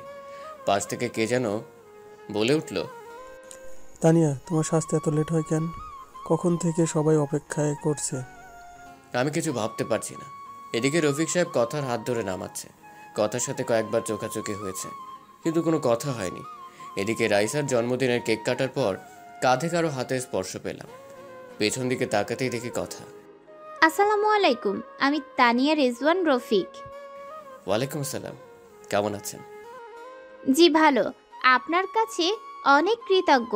আপনি আমাদের কলিজার টুকরাটাকে রক্ত দিয়ে বাঁচিয়েছেন। রাইসার আব্বুর কাছে আপনার কথা শুনেছি। আপনি কি বিয়ে করেছেন? একদিন ম্যাডামকে নিয়ে বেড়াতে আসবেন। আমি কি বলবো বুঝতে পারছি না। এটা আমার কথা নয়, কিন্তু মনে হচ্ছে এটাই আমার ভালোবাসার মানুষ, আমার স্ত্রী। কিছু ভাবতে পারছি না, বুকটা ফেটে যাচ্ছে। আসার সময় বাড়ির গেট পর্যন্ত রাইজা আর তার মা এগিয়ে দিয়ে গেল। বাসায় এসে কথার স্মৃতিগুলো ভাবতে লাগলাম। আমি জানি এটা কথা নয়, কিন্তু কেন যেন বারবার আমার মন বলছে এটাই কথা, এটাই আমার পিচ্চি বউ কথা। এখন প্রায় প্রায় তাদের বাসার নিচে দাঁড়িয়ে থাকি। প্রতিদিন কোথায় যেন যায়, তানিয়া, যাকে আমার মন বলে এটা তানিয়া নয় কথা। পরে খবর নিয়ে জানতে পারি অফিসে যাই। নিজের অফিস আছে। একদিন অফিসে যাওয়ার পথে কথার গাড়ি আগলে দাঁড়ালাম। গাড়ি দাঁড়া করাতেই বললাম, যদি কিছু মনে না করেন পার্কে গিয়ে বসতে পারি, আপনার সাথে কিছু কথা আছে। আচ্ছা চলেন। একটা পার্কে গিয়ে গাড়ি দাঁড় করালাম। কিছু বলবেন? আমার যেতে হবে। একটা সত্যি কথা বলবেন? বলেন, কি বলতে চান? আমার মন বলছে তুমি তানিয়া না। আমার কথা, আমার মন বলছে, প্লিজ মিথ্যে বলো না। আপনি কি ঠিক আছেন মিস্টার রাজ? আমি তানিয়া রেজওয়ান রফিক। আপনার কথা কি বলছেন এসব? আপনি এসব বলতে এখানে এনেছেন আমায়? ছি, লজ্জা করে না? আমি মিথ্যে বলছি না। এরপর কথার সাথে ঘটে যাওয়া সব কিছু বললাম। কি আশ্চর্য, আপনি কি আমাকে নাটকের স্ক্রিপ্ট শোনাচ্ছেন? প্লিজ, আমি জানি তুমি আমার কথা, তুমি আমার সাথে মিথ্যে বলছো। কি আশ্চর্য, আমার বিয়ে হয়েছে, বাচ্চাও আছে 2টা। প্লিজ কথা, তুই আমার কথা বলো। তুমি মিথ্যে বলছো। আমার বোন কখনো মিথ্যে বলে না। কথাটা বলে কথার হাতটা ধরে ফেললাম। কথা হাতটা ছাড়িয়ে ঠাস ঠাস করে চড় বসিয়ে বলতে লাগলো, আপনাকে ভালো ভেবেছিলাম, কিন্তু আপনার যে চরিত্র খারাপ তা বোঝার বাকি রইল না। লজ্জা করে না অন্যের স্ত্রীর হাত ধরতে? আপনার কি বউ নেই? জানেন আমার স্বামী আর 2টা মেয়ে আছে। তারপর আমাকে কেন বিরক্ত করেন? নির্ঘাত আমার মেয়ের জীবন বাঁচানোর জন্য আজ আপনাকে লোক ডেকে অপমান করলাম না, নইলে আজ আপনাকে পুলিশে দিতাম। ছোট লোক নারীদের সম্মান করতে শেখেনি, জন্মের দোষ রয়েছে আপনার। কথাটা বলে জিভে কামড় দিল। এদিকে তানিয়া, যাকে কথা ভেবে নিজের অজান্তেই হাতটা ধরে ফেলেছিলাম, কিন্তু সে তো আমার কথা না। নিজের প্রতি আজ প্রচণ্ড ঘৃণা হচ্ছে। আজ আমার জন্য মা বাবা কথা শুনল। সরি, আমি ঠিক এমনটি বলতে চাইনি। না ঠিক আছে, বলবেন না কেন? আমি যে হতভাগা নিজের স্ত্রীকে কত কষ্ট দিয়েছি, এতটা ভালোবাসা সত্ত্বেও তাকে দূরে সরিয়ে দিয়েছে। তবে জানেন, এখনও বাজারাতে উঠে তার জন্য কান্না করি। তার ছবিটা বুকে নিয়ে ঘুমাই, তার ডায়েরিটা বুকে নিয়ে প্রতি রাতে কাঁদি। 5 বছর পাগল হয়ে পাবনা ছিলাম। জানি না আর কত কষ্ট পাবো। আল্লাহ আরও আমাকে কষ্ট দেন যেন। জানেন, যেদিন আপনাকে দেখছি সেদিন আমার মন বলছে আপনিই আমার কথা, আমার কলিজার টুকরার মতো। কিন্তু না, সেটা আমারই ভুল। কারো মতো দেখতে বা কথা বলতে পারলেই সে যে আপন কেউ হবে তা তো কথা নয়। ক্ষমা করে দিবেন, ভালো থাকবেন। এই যে ডায়েরিটা, এখানে সব লেখা আছে। আবারও বলছি, আপনাকে আমার স্ত্রী ভেবে ডিস্টার্ব করার জন্য খুব বাজে তো আমি, তাই। আচ্ছা আসি। চোখ দিয়ে অজরে পানি পড়ছে, আর বাঁচার ইচ্ছে করছে না। বুকটা ফেটে যাচ্ছে। বারবার কথার চাঁদ মুখটা ভেসে উঠছে। এদিকে কখন যে মাঝ রাস্তায় এসে পড়েছি জানি না। পেছন থেকে কে যেন ডাকছে। পেছন দিকে তাকিয়েই চেয়েই দেখি তানিয়া হাত দিয়ে ইশারা দিয়ে সরে যেতে বলছে। আমি মুগ্ধ নয়নে তাকিয়ে আছি। এদিকে তানিয়া দৌড়ে আসছে। কি সুন্দর লাগছে, মনে হচ্ছে আমার কলিজার টুকরার কথা দৌড়ে আসছে আমাকে ভালোবাসার পরম শিহরণে জড়িয়ে নেওয়ার জন্য। হঠাৎ কি যেন ধাক্কা দিয়ে শূন্যে উড়িয়ে ফেলে দিল। পাশ দিয়ে একটা বাস চলে গেল। আমি ধাক্কা খেয়ে রাস্তায় একপাশে গড়িয়ে পড়লাম। চোখ দুটি রক্তে বন্ধ হয়ে আসছে, নাক মুখ দিয়ে রক্ত বের হচ্ছে। অনুভব করতে পারছি কেউ বুকের সাথে শক্ত করে জড়িয়ে ধরে আছে আমায়, আর বলছে, ক্ষমা করে দাও আমায়, আমি তোমার কথা, তোমার কিছুই হবে না। আমাকে ছেড়ে কোথাও যেতে পারো না। কেউ কি শুনছেন? প্লিজ আমার স্বামীকে বাঁচাও। আল্লাহ, আমার স্বামীকে হেফাজত করো। কি আছো তোমরা? আমার স্বামীকে হসপিটালে নিয়ে যাও। চোখ দুটি বন্ধ হয়ে আসছে। শত চেষ্টা করেও চোখ দুটি খুলতে পারছি না। নিঃশ্বাস বন্ধ হয়ে আসছে, কানে ভেসে আসছে কথার হাজারি। বারবার কপালে চুমু খাচ্ছে, শক্ত করে জড়িয়ে ধরে কাঁদছে। তারপরে কিছু মনে নেই। অন্যদিকে একদল লোক এসে হাসপাতাল নিয়ে যায়। এদিকে কথাকে আজ পাগল পাগল লাগছে। ফোনটা বের করে রাজের বাবার কাছে ফোন দিয়ে কাঁদতে লাগলো। কিরে মা, কাঁদছিস কেন? কথা বলছিস না কেন? বাবা, রাজ অ্যাক্সিডেন্ট করেছে। বাবা, ওকে ছাড়া বাঁচবো না। ওকে বাঁচান বাবা। আমার মেয়েটার কি হবে বাবা? আপনি প্লিজ সদর হসপিটালে আসেন। কথার মুখে রাজের বাবা রাজের দুর্ঘটনার কথা শুনে তার পায়ের নিচের মাটি সরে গেল। কই গো রাজের মা, চলো হসপিটালে যেতে হবে, আমাদের রাজ অ্যাক্সিডেন্ট। রাজ ওর বাবার কথাটা বলতে গিয়ে গলাটা ধরে গেল। কি হয়েছে আমার বাবার তোমাকে? কি হয়েছে আমার বাবার? তোমাকে বলেছিলাম আমার ছেলেটাকে আর কষ্ট দিও না, কিন্তু তোমরা সবাই মিলে আমার ছেলেটাকে প্রতি রাতে কাঁদিয়েছো। এদিকে হসপিটালে এসে দেখে রাজকে অপারেশন থিয়েটারে নিয়ে গেছে। কথা কাচ্ছে, রফিক সাহেবও আসছে, কথাকে বোঝাচ্ছে। কথা রাজের মাকে জড়িয়ে ধরে কাঁদতে কাঁদতে বলল, মা, ও কোনো কথা বলছে না। ওকে ছাড়া সত্যি আমি মরে যাব। ওই যে আমার নিঃশ্বাস, আমি বাঁচবো না মা রাজকে ছাড়া। ওকে চিরদিনের জন্য পাওয়ার জন্য কত কিছুই না করেছি। এখনো প্রতি রাতে তার দেওয়া শেষ অবলম্বন রাইসাকে বুকে নিয়ে বেঁচে আছি। হঠাৎ অপারেশন থিয়েটার থেকে ডাক্তার বেরিয়ে আসতেই কথা দৌড়িয়ে গেল। প্লিজ ডাক্তার বলেন আমার স্বামী কেমন আছেন, ওর কিছু হবে না তো? প্লিজ ডক্টর, চুপ করে থাকবেন না। ডাক্তার চোখ থেকে পানি ছেড়ে দিয়ে বলল, আমাদের সর্বাত্মক চেষ্টা করেছি, কিন্তু এখন আমাদের আর করার কিছু নেই। আল্লাহকে ডাকেন, তিনি যদি ইচ্ছা করেন তাহলে বাঁচতে পারেন। রোগী ক্রিটিক্যাল অবস্থায় আছে। ডাক্তারের কথা শুনে কথার পায়ের তলার মাটি সরে গেল, চোখ থেকে টুপটাপ করে পানি ঝরছে। ডাক্তার, আমি কি রাজের সাথে দেখা করতে পারি? যান, তবে কোনো কথা বলবেন না। এদিকে কথা ডাক্তারের কথা মতো রাজের কেবিনে ঢুকতেই বুকটা হু হু করে কেঁদে উঠল। সারা মুখ ব্যান্ডেজ করা, মুখে অক্সিজেন মাস্ক লাগানো, খুব কষ্ট লাগছে। কথার কাছে রাজের মায়াবী মুখটা বারবার ভেসে উঠছে। কথা কিছু না ভাবতে পেরে রাজের পা দুটি জড়িয়ে ধরে কাঁদতে লাগলো। কাঁদতে কাঁদতে বলল, রাজ প্লিজ আমায় ক্ষমা করে দাও। আমায় ছেড়ে কোথাও যেও না। তোমার পায়ের নিচে থাকতে দিও।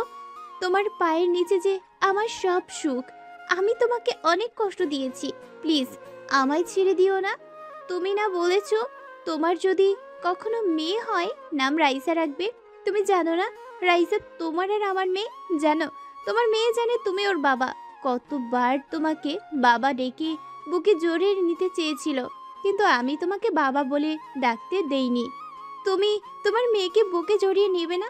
ওই আমার জীবন, আমার বেঁচে থাকার অবলম্বন। তোমাকে ছাড়া যে আমি আমাকে কল্পনা করতে পারি না। কথাগুলো বলতে বলতে পা দুটি বুকের সাথে জড়িয়ে কাঁদতে লাগলো। সমানে পায়ে চুমু খাচ্ছে কথা। এদিকে পেছন থেকে এসব নার্স দেখে নিজের অজান্তেই কেঁদে দিয়েছে। বোন প্লিজ এভাবে কান্না করো না, আল্লাহকে ডাকো, রোগীর ক্ষতি হবে। নার্সের কথা শুনে রাজের পা ছেড়ে দিল কথা। কলেজাটা ফেটে যাচ্ছে। বাসা থেকে ফোন দিছে, রাইসা নাকি কাঁদছে। তার বাবার জন্য কেউ তার কান্না থামাতে পারছে না। রাইসা শুনেছে রাজ নাকি অ্যাক্সিডেন্ট করেছে। রাজের বাবাকে বলে কথা বাসায় যাওয়ার জন্য বের হতেই এক লোক বলল, ম্যাডাম হসপিটালে আসার সময় আপনার হাতে ডায়েরিটা ছিল। কথা ডায়েরিটা হাতে নিয়ে বাসায় আসতেই তুমি আমার বাসায় আসবে না, তুমি বাবাইকে কষ্ট দিয়েছো, আমি সব শুনেছি। আঙ্কেলকে যখন ফোনে বলছো যে বাবাইয়ের অ্যাক্সিডেন্ট করেছে, তাও তোমার জন্য তুমি আমাকে বাবা ডাকতে দাওনি। আমার বাবা অনেক ভালো। সেদিন আমার জন্য কান ধরেছিল, আমাকে বুকের সাথে জড়িয়ে ধরেছিল, আমার গালে মুখে পাপ্পি দিয়েছিল। আমি বাবাই ডাকতে চেয়েও বাবা ডাকতে পারিনি, তুমি ডাকতে নিষেধ করেছিলে বলে। ছোটবেলা থেকেই বাবাইয়ের ছবি দেখে বলেছ ওটা তোর বাবা। যেদিন বাবাইকে প্রথম দেখলাম সেদিন দৌড়ে বাবার কোলে গিয়ে বলতে পারিনি, বাবাই তুমি আমাকে ছেড়ে কোথাও যাবে না। কিন্তু পারিনি। স্কুলে যখন সব ছেলেমেয়েরা বাবার কোলে চড়ে, তাদের বাবাকে জড়িয়ে ধরে আদর করে, তখন আমি তাদের দিকে চেয়ে থাকি। আমার খুব কষ্ট হতো তখন। রাইসা মামনি, বাবাই ভালো হয়ে যাবে। মা আমার, তুমি কেঁদো না। তুমি আমায় মা ডাকবে না, তুমি আমার কেউ না। তুমি বাবাইকে কষ্ট দিয়েছো, আমার বাবাইকে বাবাই বলে ডাকতে দাওনি। আমি কি করব? রাইসার কথাগুলো শুনে কলিজা ফেটে যাচ্ছে। সত্যি তো তার বাবার থেকে রাইসাকে আমি দূরে রেখেছি। বারবার রাজের কথা মনে পড়ছে। রফিক ভাইয়া কিছু বলছে না, শুধু বলল, মানুষটাকে বড্ড কষ্ট দেওয়া হয়ে গেছে কথা। কথা দরজা লাগিয়ে বিছানায় শুয়ে বালিশে মুখটা লাগিয়ে কাঁদতে লাগলো। হঠাৎ মনে পড়ল রাজ একটা ডায়েরি দিয়ে গেছে। টেবিলের ওপর থেকে ডায়েরিটা তুলে বুকে জড়িয়ে নিল। ডায়েরিটা খুলতেই চমকে গেল। আমার এই হৃদয় লিখলাম তোমারই নাম। ডায়েরির পরের পাতা উল্টাতেই ওগোর হৃদয় রাগিনী। জানি না কিভাবে শুরু করব। আমি যে অনেক বড় অপরাধী, তোমার অবুঝ ভালোবাসাকে অবহেলা করেছি। জানো, যেদিন তোমাকে হারিয়ে ফেলেছি সেদিন বুঝেছি তুমি কতটা জুড়ে আমার জীবনে ছিলে। জানো, প্রতিদিন তোমার জন্য কেঁদেছি। মাঝরাতে উঠে আল্লাহর কাছে চাইতাম যেন তোমাকে আমার করে দাও। প্রতিটা রাতে তোমার ছবিটা বুকে নিয়ে ঘুমোতাম, তোমার ছবি বুকে নিয়ে কাঁদতাম। জানো, মানুষ মারা গেলে নাকি তারা হয়ে যায়। তাই প্রতি সন্ধ্যায় আকাশের তারাদের সাথে কথা বলতাম যেন আমার হৃদয় রাঙিনীকে তারা যেন কষ্ট না দেয়। রাতের আকাশের সবচেয়ে উজ্জ্বল তারাকে তুমি মনে করে কাঁদতাম আর বলতাম, অভিমান ভেঙে এসো না, জড়িয়ে নাও না তোমাতে, আমি যে আর পারছি না তোমার বিরহে, এসব বলে কাঁদতাম। কিন্তু তুমি এতটাই আমার প্রতি অভিমান করেছিলে যার জন্য আমার সাথে কথা বলো না, শুধু করুণ দৃষ্টিতে আমার দিকে তাকিয়ে থাকতে। সত্যি কি তুমি আমাকে ক্ষমা করবে না? যেন খুব ইচ্ছে করে তোমাকে এই মরুর বুকে জড়িয়ে নিতে, শান্ত করতে আমারই প্রাণ। জানো, আজ একটা বাচ্চা মেয়েকে দেখে তোমার কথা বড্ড বেশি মনে পড়ছে। বাচ্চাটা দেখতে ঠিক তোমার মতোই। আমি এতটাই হতভাগী, নিজের বাচ্চাকে নিজের হাতে নষ্ট করেছি। যেন এখনও সেই রাতের কথাগুলো ভুলতে পারি না। তোমাকে দেওয়া প্রতিটা চড়ের আঘাত আমার কলিজাতে লেগেছে। যেন পরের দিন যখন বাচ্চাটাকে ব্লাড দিলাম, সেদিন মনে হয়েছে আমার খুব কাছের কাউকে রক্ত দিচ্ছি। বাচ্চাটার জন্মদিনে বাচ্চাটাকে বুকে জড়িয়ে নিতেই তোমার শরীরের গন্ধ পেলাম। কিন্তু যখনই সিঁড়িতে তোমার মতোই কাউকে দেখলাম, তখন সত্যি ভেবে নিয়েছিলাম আল্লাহ আমার ডাক শুনেছে। আমি আনন্দে আত্মহারা হয়ে গিয়েছিলাম। কিন্তু যখন শুনেছিলাম তুমি কথা নাও, আমাকে চেনো না, তখন আমার কলিজাটা ফেটে যাচ্ছিল। যখন রফিক সাহেব এসে হাত ধরলো আমার কাছে, তখন মনে হয়েছিল কেউ যেন কলিজাটা দুমড়ে মুচড়ে ছিঁড়ে নিয়ে যাচ্ছে। জানো, তুমি নেই জেনেও নিজের অজান্তে পাগলামি করেছি আর বাসায় এসে কেঁদে বুক ভাসিয়েছি। পরের দিন ঠিক করলাম তোমার জন্য লেখা ডায়েরিটা তানিয়া আপুকে দিয়ে তোমার কাছেই চলে আসবো। আমি যে আর পারছি না, মৃত্যুর পথ বেছে নেওয়া ছাড়া আমার আর কোনো উপায় নেই। তোমাকে ছাড়া যে এখন আমার নিঃশ্বাস নিতেও কষ্ট হয়। কষ্টটা আরও বেশি হয় যখন তোমারই মতো তানিয়া নামক মেয়েটা তার স্বামীর হাত ধরে আমারই সামনে দিয়ে হেঁটে যায়। জানো, তখন বড্ড বেশি তোমার কথা মনে পড়ে। কি করব, আমি তোমাকে ছাড়া আর যে বাঁচতে পারছি না। তোমাকে নিয়ে লেখা শেষ অবলম্বনটা তোমাকে মনে করে তানিয়া আপুকে দিয়ে গেলাম। যেন খুব কষ্ট হচ্ছে লেখাগুলো লিখতে। এটা পড়তেই চোখ দিয়ে জল গড়িয়ে পড়লো কথার। আজকে কথার একটা মিথ্যার জন্যই রাজ মৃত্যুর কিনারায়। খুব কষ্ট হচ্ছে কথার। রাজের মুখটা বারবার কথার সামনে ভেসে উঠছে। কথার কানে বারবার বাজছে রাজের শেষ কথাগুলো। হঠাৎ বাইরে কিছু ভাঙার শব্দ পেল। কথা রুমের বাইরে এসে দেখে রাইসা কাঁদছে, খাবারের প্লেট ফেলে দিয়েছে। মা রাগ করে না, খেয়ে নাও। আমাকে মা বলবে না, আমাকে বাবাইয়ের কাছে নিয়ে যাও। আর তুমি আমার বাবাইকে কষ্ট দিয়েছো, তোমার সাথে কথা বলবো না। প্লিজ রাইসা মা আমার, তোমার বাবার কিছুই হবে না, প্লিজ কান্না করো না, খেয়ে নাও। আমাকে বাবাইয়ের কাছে নিয়ে যাও, বাবাইকে না দেখে খাবো না। হঠাৎ সবুজকে আসতে দেখে কথা ভাইয়া বলে কেঁদে দিয়ে বলল, ভাইয়া রাজ বাঁচবে না, রাজকে ছাড়া আমিও যে বাঁচবো না। সবুজ কথাকে বুকে নিয়ে বলল, কান্না করিস না বোন, আল্লাহ তাআলা সব ঠিক করে দিবেন। তোর কান্না যে দেখতে পারি না। মা বাবাকে তো সেই ছোট্টবেলায় হারিয়েছি, তানিয়াটাকেও প্রথম দেখায় হারিয়ে ফেলেছি। তোকে খুন করার জন্য সাথী নামের মেয়েটাকে কন্টাক্ট করেছি। তোকে খুন করতে এসে তোর গলার রকেট দেখেই চিনে ফেলি তুই আমার ছোট্টবেলার হারিয়ে যাওয়া বোন কথা। কিন্তু সেই সময় তানিয়াকে গাড়ির নিচে পিস্ট হতে দেখি। তোর চেহারা তানিয়ার মতোই ছিল, তাই যখন দেখলাম তানিয়া রাস্তার পাশে পড়ে আছে, দৌড়ে বুকে টেনে নেই। সন্ত্রাসী ছিল, মানুষের রক্ত দেখলেই হাসি পাইতো, কিন্তু যখন নিজের বোনটার রক্ত আমার শার্ট ভিজে যাচ্ছিল, তখন বুঝেছি আপন মানুষের রক্ত শুধু শরীর থেকেই ঝরে পড়ে না, আপন মানুষটির কলিজা থেকেও ঝরে। তোকে আর তানিয়াকে পেয়ে অন্ধকার রাস্তা থেকে সরে আসি। তারপর রাজের বাবার প্ল্যান অনুযায়ী তানিয়া লাশটাকে কথা বানিয়ে রাজের বাড়িতে পাঠায়, আর রিচি পায় তার মাকে। রিচির বাবা রফিক ভাইয়ের সাথে সব প্ল্যান করি, কিন্তু এজন্য যে রাজ আজকে মৃত্যুর মুখোমুখি হবে তা জানলে কখনোই এতটা মিথ্যার আশ্রয় নিতাম না। হঠাৎ রাইসা দৌড়ে এসে কথাকে জড়িয়ে ধরে বলল, মম চলো না বাবাইয়ের কাছে, আমার সাথে বাবাই কথা বলবে। তোমাদের সবার সাথে রাগ করে থাকলেও আমার সাথে বাবাই রাগ করে থাকতে পারবে না। বাবাই জানে আমার সাথে অভিমান করলে তাকে কান ধরে উঠবস করতে হবে।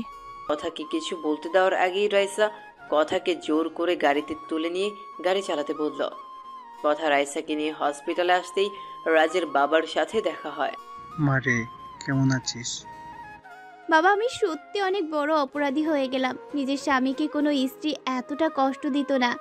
বাবা, সত্যি রাজকে ছাড়া বাঁচবো না। অন্যদিকে রাইসা তার বাবার রুমে গিয়ে বলতে লাগলো, ও বাবাই, বাবাই কেমন আছো তুমি? কথা বলবে না আমার সাথে বাবাই? জানো বাবাই, তোমাকে মম কষ্ট দিয়েছে বলে মমের সাথে আড়ি করে দিয়েছি। ঠিক করেছি না বাবাই? বাবাই, তুমি আমাকে বুকে নেবে না? আমাকে জড়িয়ে ধরে আম্মু ডাকবে না? হঠাৎ একটা নার্স এসে বলল, মামুনি, এখানে কথা বলা যাবে না। আপনি চুপ করেন তো, দেখছেন না আমি আমার বাবাইয়ের সাথে কথা বলছি? কথা বলবেন না, বাবাই রাগ করবে। ও বাবাই, তুমি জানো মা তোমার জন্য কত কান্না করে? তোমাকে আমি ছোট্টবেলা থেকে দেখছি মায়ের সাথে একটি ছবিতে। বাবাই, স্কুলের সব মেয়েরা তার বাবাইয়ের সাথে ঘুরে বেড়ায়। তাদের বাবাই চকলেট আইসক্রিম কিনে দেয়। আমি এসব কিছুই চাই না। তুমি কথা বলো বাবাই, তাহলেই হবে। কথা বলছো না কেন? দেখছো না তোমার রাইসা কাঁদছে? প্লিজ বাবা, কথা বলো। আর চুপ করে থেকো না, আমাকে বুকে নাও। তোমার বুকে যেতে খুব খুব ইচ্ছা করছে। ও বাবাই, এত অভিমান কিসের তোমার? মা কাঁদছে বাবাই। বাবা, মা তোমার জন্য রাতে কান্না করে। আমাকে বুকে নিয়ে তোমার নাম বলে ঘুমের ঘোরেও কান্না করে। তুমি দেখো দাদু ভাই কাঁদছে। কথা বলো না আমার সাথে। আমি কিছু খাইনি, তুমি খাইয়ে দেবে বলে আমায়। তুমি খাইয়ে না দিলে আমি খাবো না। ও বাবাই, কথা বলছো না কেন? আমার খুব কষ্ট হচ্ছে বাবাই, আমার বুকের মাঝে ব্যথা করছে বাবাই। কথাগুলো বলছে আর কাছে। এদিকে রাইসার কান্না দেখে সবাই কাছে। কথার কাছে মনে হচ্ছে তার কলিজাটা ফেটে যাচ্ছে। কিছুক্ষণ পর রাজ কেমন জানি করতে লাগলো। ডাক্তার এসে দেখতেই রাজ কেমন যেন নড়াচড়া বন্ধ করে দিল। রুম থেকে বের হয়ে ডাক্তার চোখের পানি ছেড়ে দিয়ে বলল, সরি, আমাদের আর কিছুই করার নেই। আপনারা আল্লাহকে ডাকেন, আল্লাহ যদি তাকে স্বয়ং সুস্থ করে দেন। কথাটা শুনে কথা হসপিটালের ফ্লোরে পড়ে গেল। সবাই কথাকে নিয়ে বেডে শুইয়ে দিল। এদিকে সবাই কান্না করছে। রাইসা গিয়ে রাজের মাথায় হাত বুলিয়ে দিচ্ছে আর বাবাই বাবাই করে ডাকছে। রাইসার কান্না দেখে সবাই কাঁদছে। রাজের স্যালাইন নেওয়া বন্ধ হয়ে গেছে। হঠাৎ ডাক্তার এসে রাজের মুখ থেকে অক্সিজেন মাস্ক খুলে দিল। স্যালাইনটাও খুলে দিয়ে বলল, রাজ আর কোনো দিন ফিরবে না। যা ভেবেছিলাম তাই হলো। কথা ভাবতে পারছে না রাজ মারা গেছে। সবাই কান্না করছে। কথা নিস্তব্ধ হয়ে গেছে। রাইসা কাঁদছে আর বলছে, বাবাই, কথা বলো বাবাই। কথা বলবে না আমার সাথে? বাবাই, তুমি আর আমাকে পাপ্পি দেবে না? আমার না খুব কষ্ট হচ্ছে বাবাই। আল্লাহ কি পিচ্ছি বলে আমার চোখের পানি দেখে না? ও আল্লাহ, তুমি তো বলেছ ছোট বাচ্চারা নিষ্পাপ হয়, তাদের কোনো পাপ থাকে না, তাদের কথা অগ্রাহ্য করতে পারো না। ও আল্লাহ, দেখো আমি কাঁদছি, তুমি আমার বাবাইকে বলো আমার সাথে কথা বলতে। তুমি কথা বলতে বললে বাবাই আর চুপ করে থাকতে পারবে না। দেখো তো, বাবাই আমার সাথে অভিমান করেছে, আমাকে কোলে নেয় না, আদর করে না। আমার কষ্ট হয় না বুঝি? বাবাই, ও বাবাই, কথা বলো। মা, মা দেখো বাবাই কথা বলছে না, বাবাইকে বলো কথা বলতে। এদিকে সবাই রাজের জানাজা করে কবরে নিয়ে যাচ্ছে। কথা বাকরুদ্ধ হয়ে গেছে। ফ্যালফেল করে তাকিয়ে আছে রাজের চলে যাওয়ার দিকে। কলিজাটা ফেটে যাচ্ছে। আজ একটা ভুলের জন্য রাজ সারা জীবনের জন্য হারিয়ে গেল কথার জীবন থেকে। মম, বাবাইকে কোথায় নিয়ে যায় বলো না মা? বাবাইকে সবাই কোথায় নিয়ে যায়? বাবাই কি রাগ করেছে? তাই নিয়ে যাচ্ছে? বাবাই আবার কখন আসবে মা? বলো না মা, আমার বাবাইকে সবাই কোথায় নিয়ে যায়? রাইসার কথা শুনে কথার কষ্টে বুকটা ফেটে যাচ্ছে, নিঃশ্বাস নিতে কষ্ট হচ্ছে। রাইসাকে বুকের সাথে শক্ত করে জড়িয়ে ধরেছে কথা। রাইসাকে কি বলবে, সেও উত্তর যে কথার কাছে নেই। এদিকে রাজকে কবরে নামালে কথা আর থাকতে পারে না, দৌড়ে চলে যায় কবরের কাছে, গিয়ে বলতে লাগে, আমি আমার স্বামীকে কোথাও যেতে দিব না, তোমরা কেউ আমার স্বামীকে দূরে সরিয়ে দিও না। এদিকে কথার চিল্লানি শুনে রাজের বাবা কথাকে গিয়ে বলে, কি হয়েছে মা, তুই কাঁদছিস কেন? বাবা রাজকে কবর দিয়ে দিচ্ছে, রাজকে প্লিজ কবর দিতে দিয়েন না, ওকে ছাড়া আমি বাঁচবো না। বাবা সত্যি ওকে ছাড়া আমি মরে যাব। মারে, তুই দুঃস্বপ্ন দেখছিস, রাজ বেঁচে আছে। ডাক্তার আল্লাহকে ডাকতে বলল। আমি জানি তুই রাজকে অনেক ভালোবাসিস, এত কষ্ট দেওয়ার পরও তুই ওকেই ভালোবাসে গিয়েছিস। বাবা রাজ কোথায়? রাজের ডেট। কথা দৌড়ে রাজের বেডে গিয়ে দেখে রাইসা রাজের বুকে শুয়ে আছে, মুখে অক্সিজেন মাস্ক লাগানো, শরীরে স্যালাইন যাচ্ছে। কথা রাজের কপালে চুমু দিয়ে রাজের পা ধরে কাঁদতে লাগলো। প্লিজ ম্যাডাম, এভাবে কানবেন না, পেশেন্টের সমস্যা হবে, পারলে আল্লাহকে ডাকুন। ঘড়ির দিকে তাকিয়ে দেখে রাত 1টা বাজে। কথা 2 রাকাত নফল নামাজ শেষ করে মনোজাত দুটি হাত উত্তোলন করে বলতে লাগলো, হে পরম করুণাময় আল্লাহ তাআলা রহিম রহমান, এই শেষ রাতে পৃথিবীর সকল মানুষ যখন ঘুমন্ত, এমন সময় তোমার পবিত্র দরবারে দুটি হাত তুলে ধরেছি। ছোটকালেই মা বাবাকে হারিয়েছি, বাবার স্নেহ কি জিনিস কখনো তা পাইনি মায়ের ভালোবাসা, একমাত্র অবলম্বন স্বামী। আজ আমার স্বামীর জীবন ভিক্ষা চাই তোমার দরবারে। হে আল্লাহ, ফকির এক দরজায় ভিক্ষা না পেলে অন্য দরজায় যায়, আর তুমি ছাড়া তো আমার কোনো দরজা নাই। এই ভিখারিনীকে তুমি খালি হাতে ফিরাইও না। আমি কিছু চাইনি কোনোদিন তোমার দরবারে, কোনোদিন বলিনি বা অভিযোগ করিনি মা বাবাকে কেন কেড়ে নিলে। আল্লাহ, তোমার কাছে আমার স্বামীর জীবন ভিক্ষা চাই। আল্লাহ, আমার জীবনের বদৌলতে হলেও আমার স্বামীকে বাঁচিয়ে দাও। আমার মেয়েকে তুমি বাবাহারা করো না। আল্লাহ, সন্তান কাঁদলে নাকি মা সহ্য করতে পারে না। ও আল্লাহ, তুমি তো দুনিয়ার মায়ের চেয়ে তোমার বান্দা বান্দিকে লক্ষ কোটি গুণ বেশি ভালোবাসো, তাহলে এই নিশিরাতে তুমি আমার কথা শুনতে পাচ্ছ না? আমার স্বামীকে সুস্থ করে দাও হে আল্লাহ। আমার বেঁচে থাকার অবলম্বনকে আমার কাছ থেকে দূরে সরিয়ে দিও না। নিশ্চয়ই তোমার গুনাহগার বান্দের দোয়া কবুল করেছো। এই কথা বলে মনোজাত শেষ করে জায়নামাজেই ঘুমিয়ে পড়ল। ভোরের আলো পড়তেই কথার ঘুম ভেঙে যায়। কথা দৌড়ে যায় রাজের বেডে। কথা গিয়ে দেখে রাজের অক্সিজেন মাস্ক খোলা। ডাক্তার এসে বলল, রাজ আর ফিরবে না। কথাটা বলেই ডাক্তার চলে গেল। কথা চিল্লিয়ে কাঁদছে। রাজের পা দুটি জড়িয়ে ধরে বলতে লাগলো, কথা রাজের পা জড়িয়ে ধরে কাঁদছে। কথা কাঁদতে কাঁদতে রাজের কপালে গিয়ে ভালোবাসার স্পর্শ এঁকে দিল। এদিকে কে যেন কথাকে শক্ত করে জড়িয়ে ধরল। কথা চেয়ে দেখে রাজ কথাকে জড়িয়ে ধরেছে। এদিকে রাজ বলছে, আমি কি আবার পিচ্ছি বউটাকে রেখে মরতে পারি? আমি যে আমার পিচ্ছি পরিটাকে বড্ড বেশি ভালোবাসি, আমার পিচ্ছিটাকে কি জড়িয়ে ধরতে পারি? যা দুষ্ট। এই কি করছো? শার্ট তো ভেজে গেল। কথাটা বলে রাজের বুকে মুখ লুকালো। ভিজু, কেন কষ্ট দিলে আমায়? তুমিও তো আমাকে কম কষ্ট দাওনি। 5 বছর তোমাকে ছাড়া কাটিয়েছি, তাই আমিও ডাক্তারকে সব কিছু বলে ডাক্তারের সাথে প্ল্যান করে সব করেছি। তবে অ্যাক্সিডেন্ট সত্যি হয়েছিল। আচ্ছা, সত্যি যদি আমি হারিয়ে যেতাম? কথা আমার মুখে হাত দিয়ে ফেললো। কি বলছো? তাহলে আমার কি হবে? এখনো তো বাসর রাত বাকি, আর এখন আর আমি কিন্তু পিচ্ছি না। আমি হেসে দিয়ে কথাগুলো জড়িয়ে ধরলাম। হঠাৎ রাইসা এসে বলল, বাবাই মা কি আদর করবে, আমায় করবে না? রাইসাকে কোলে নিয়ে দুজনেই হেসে দিলাম।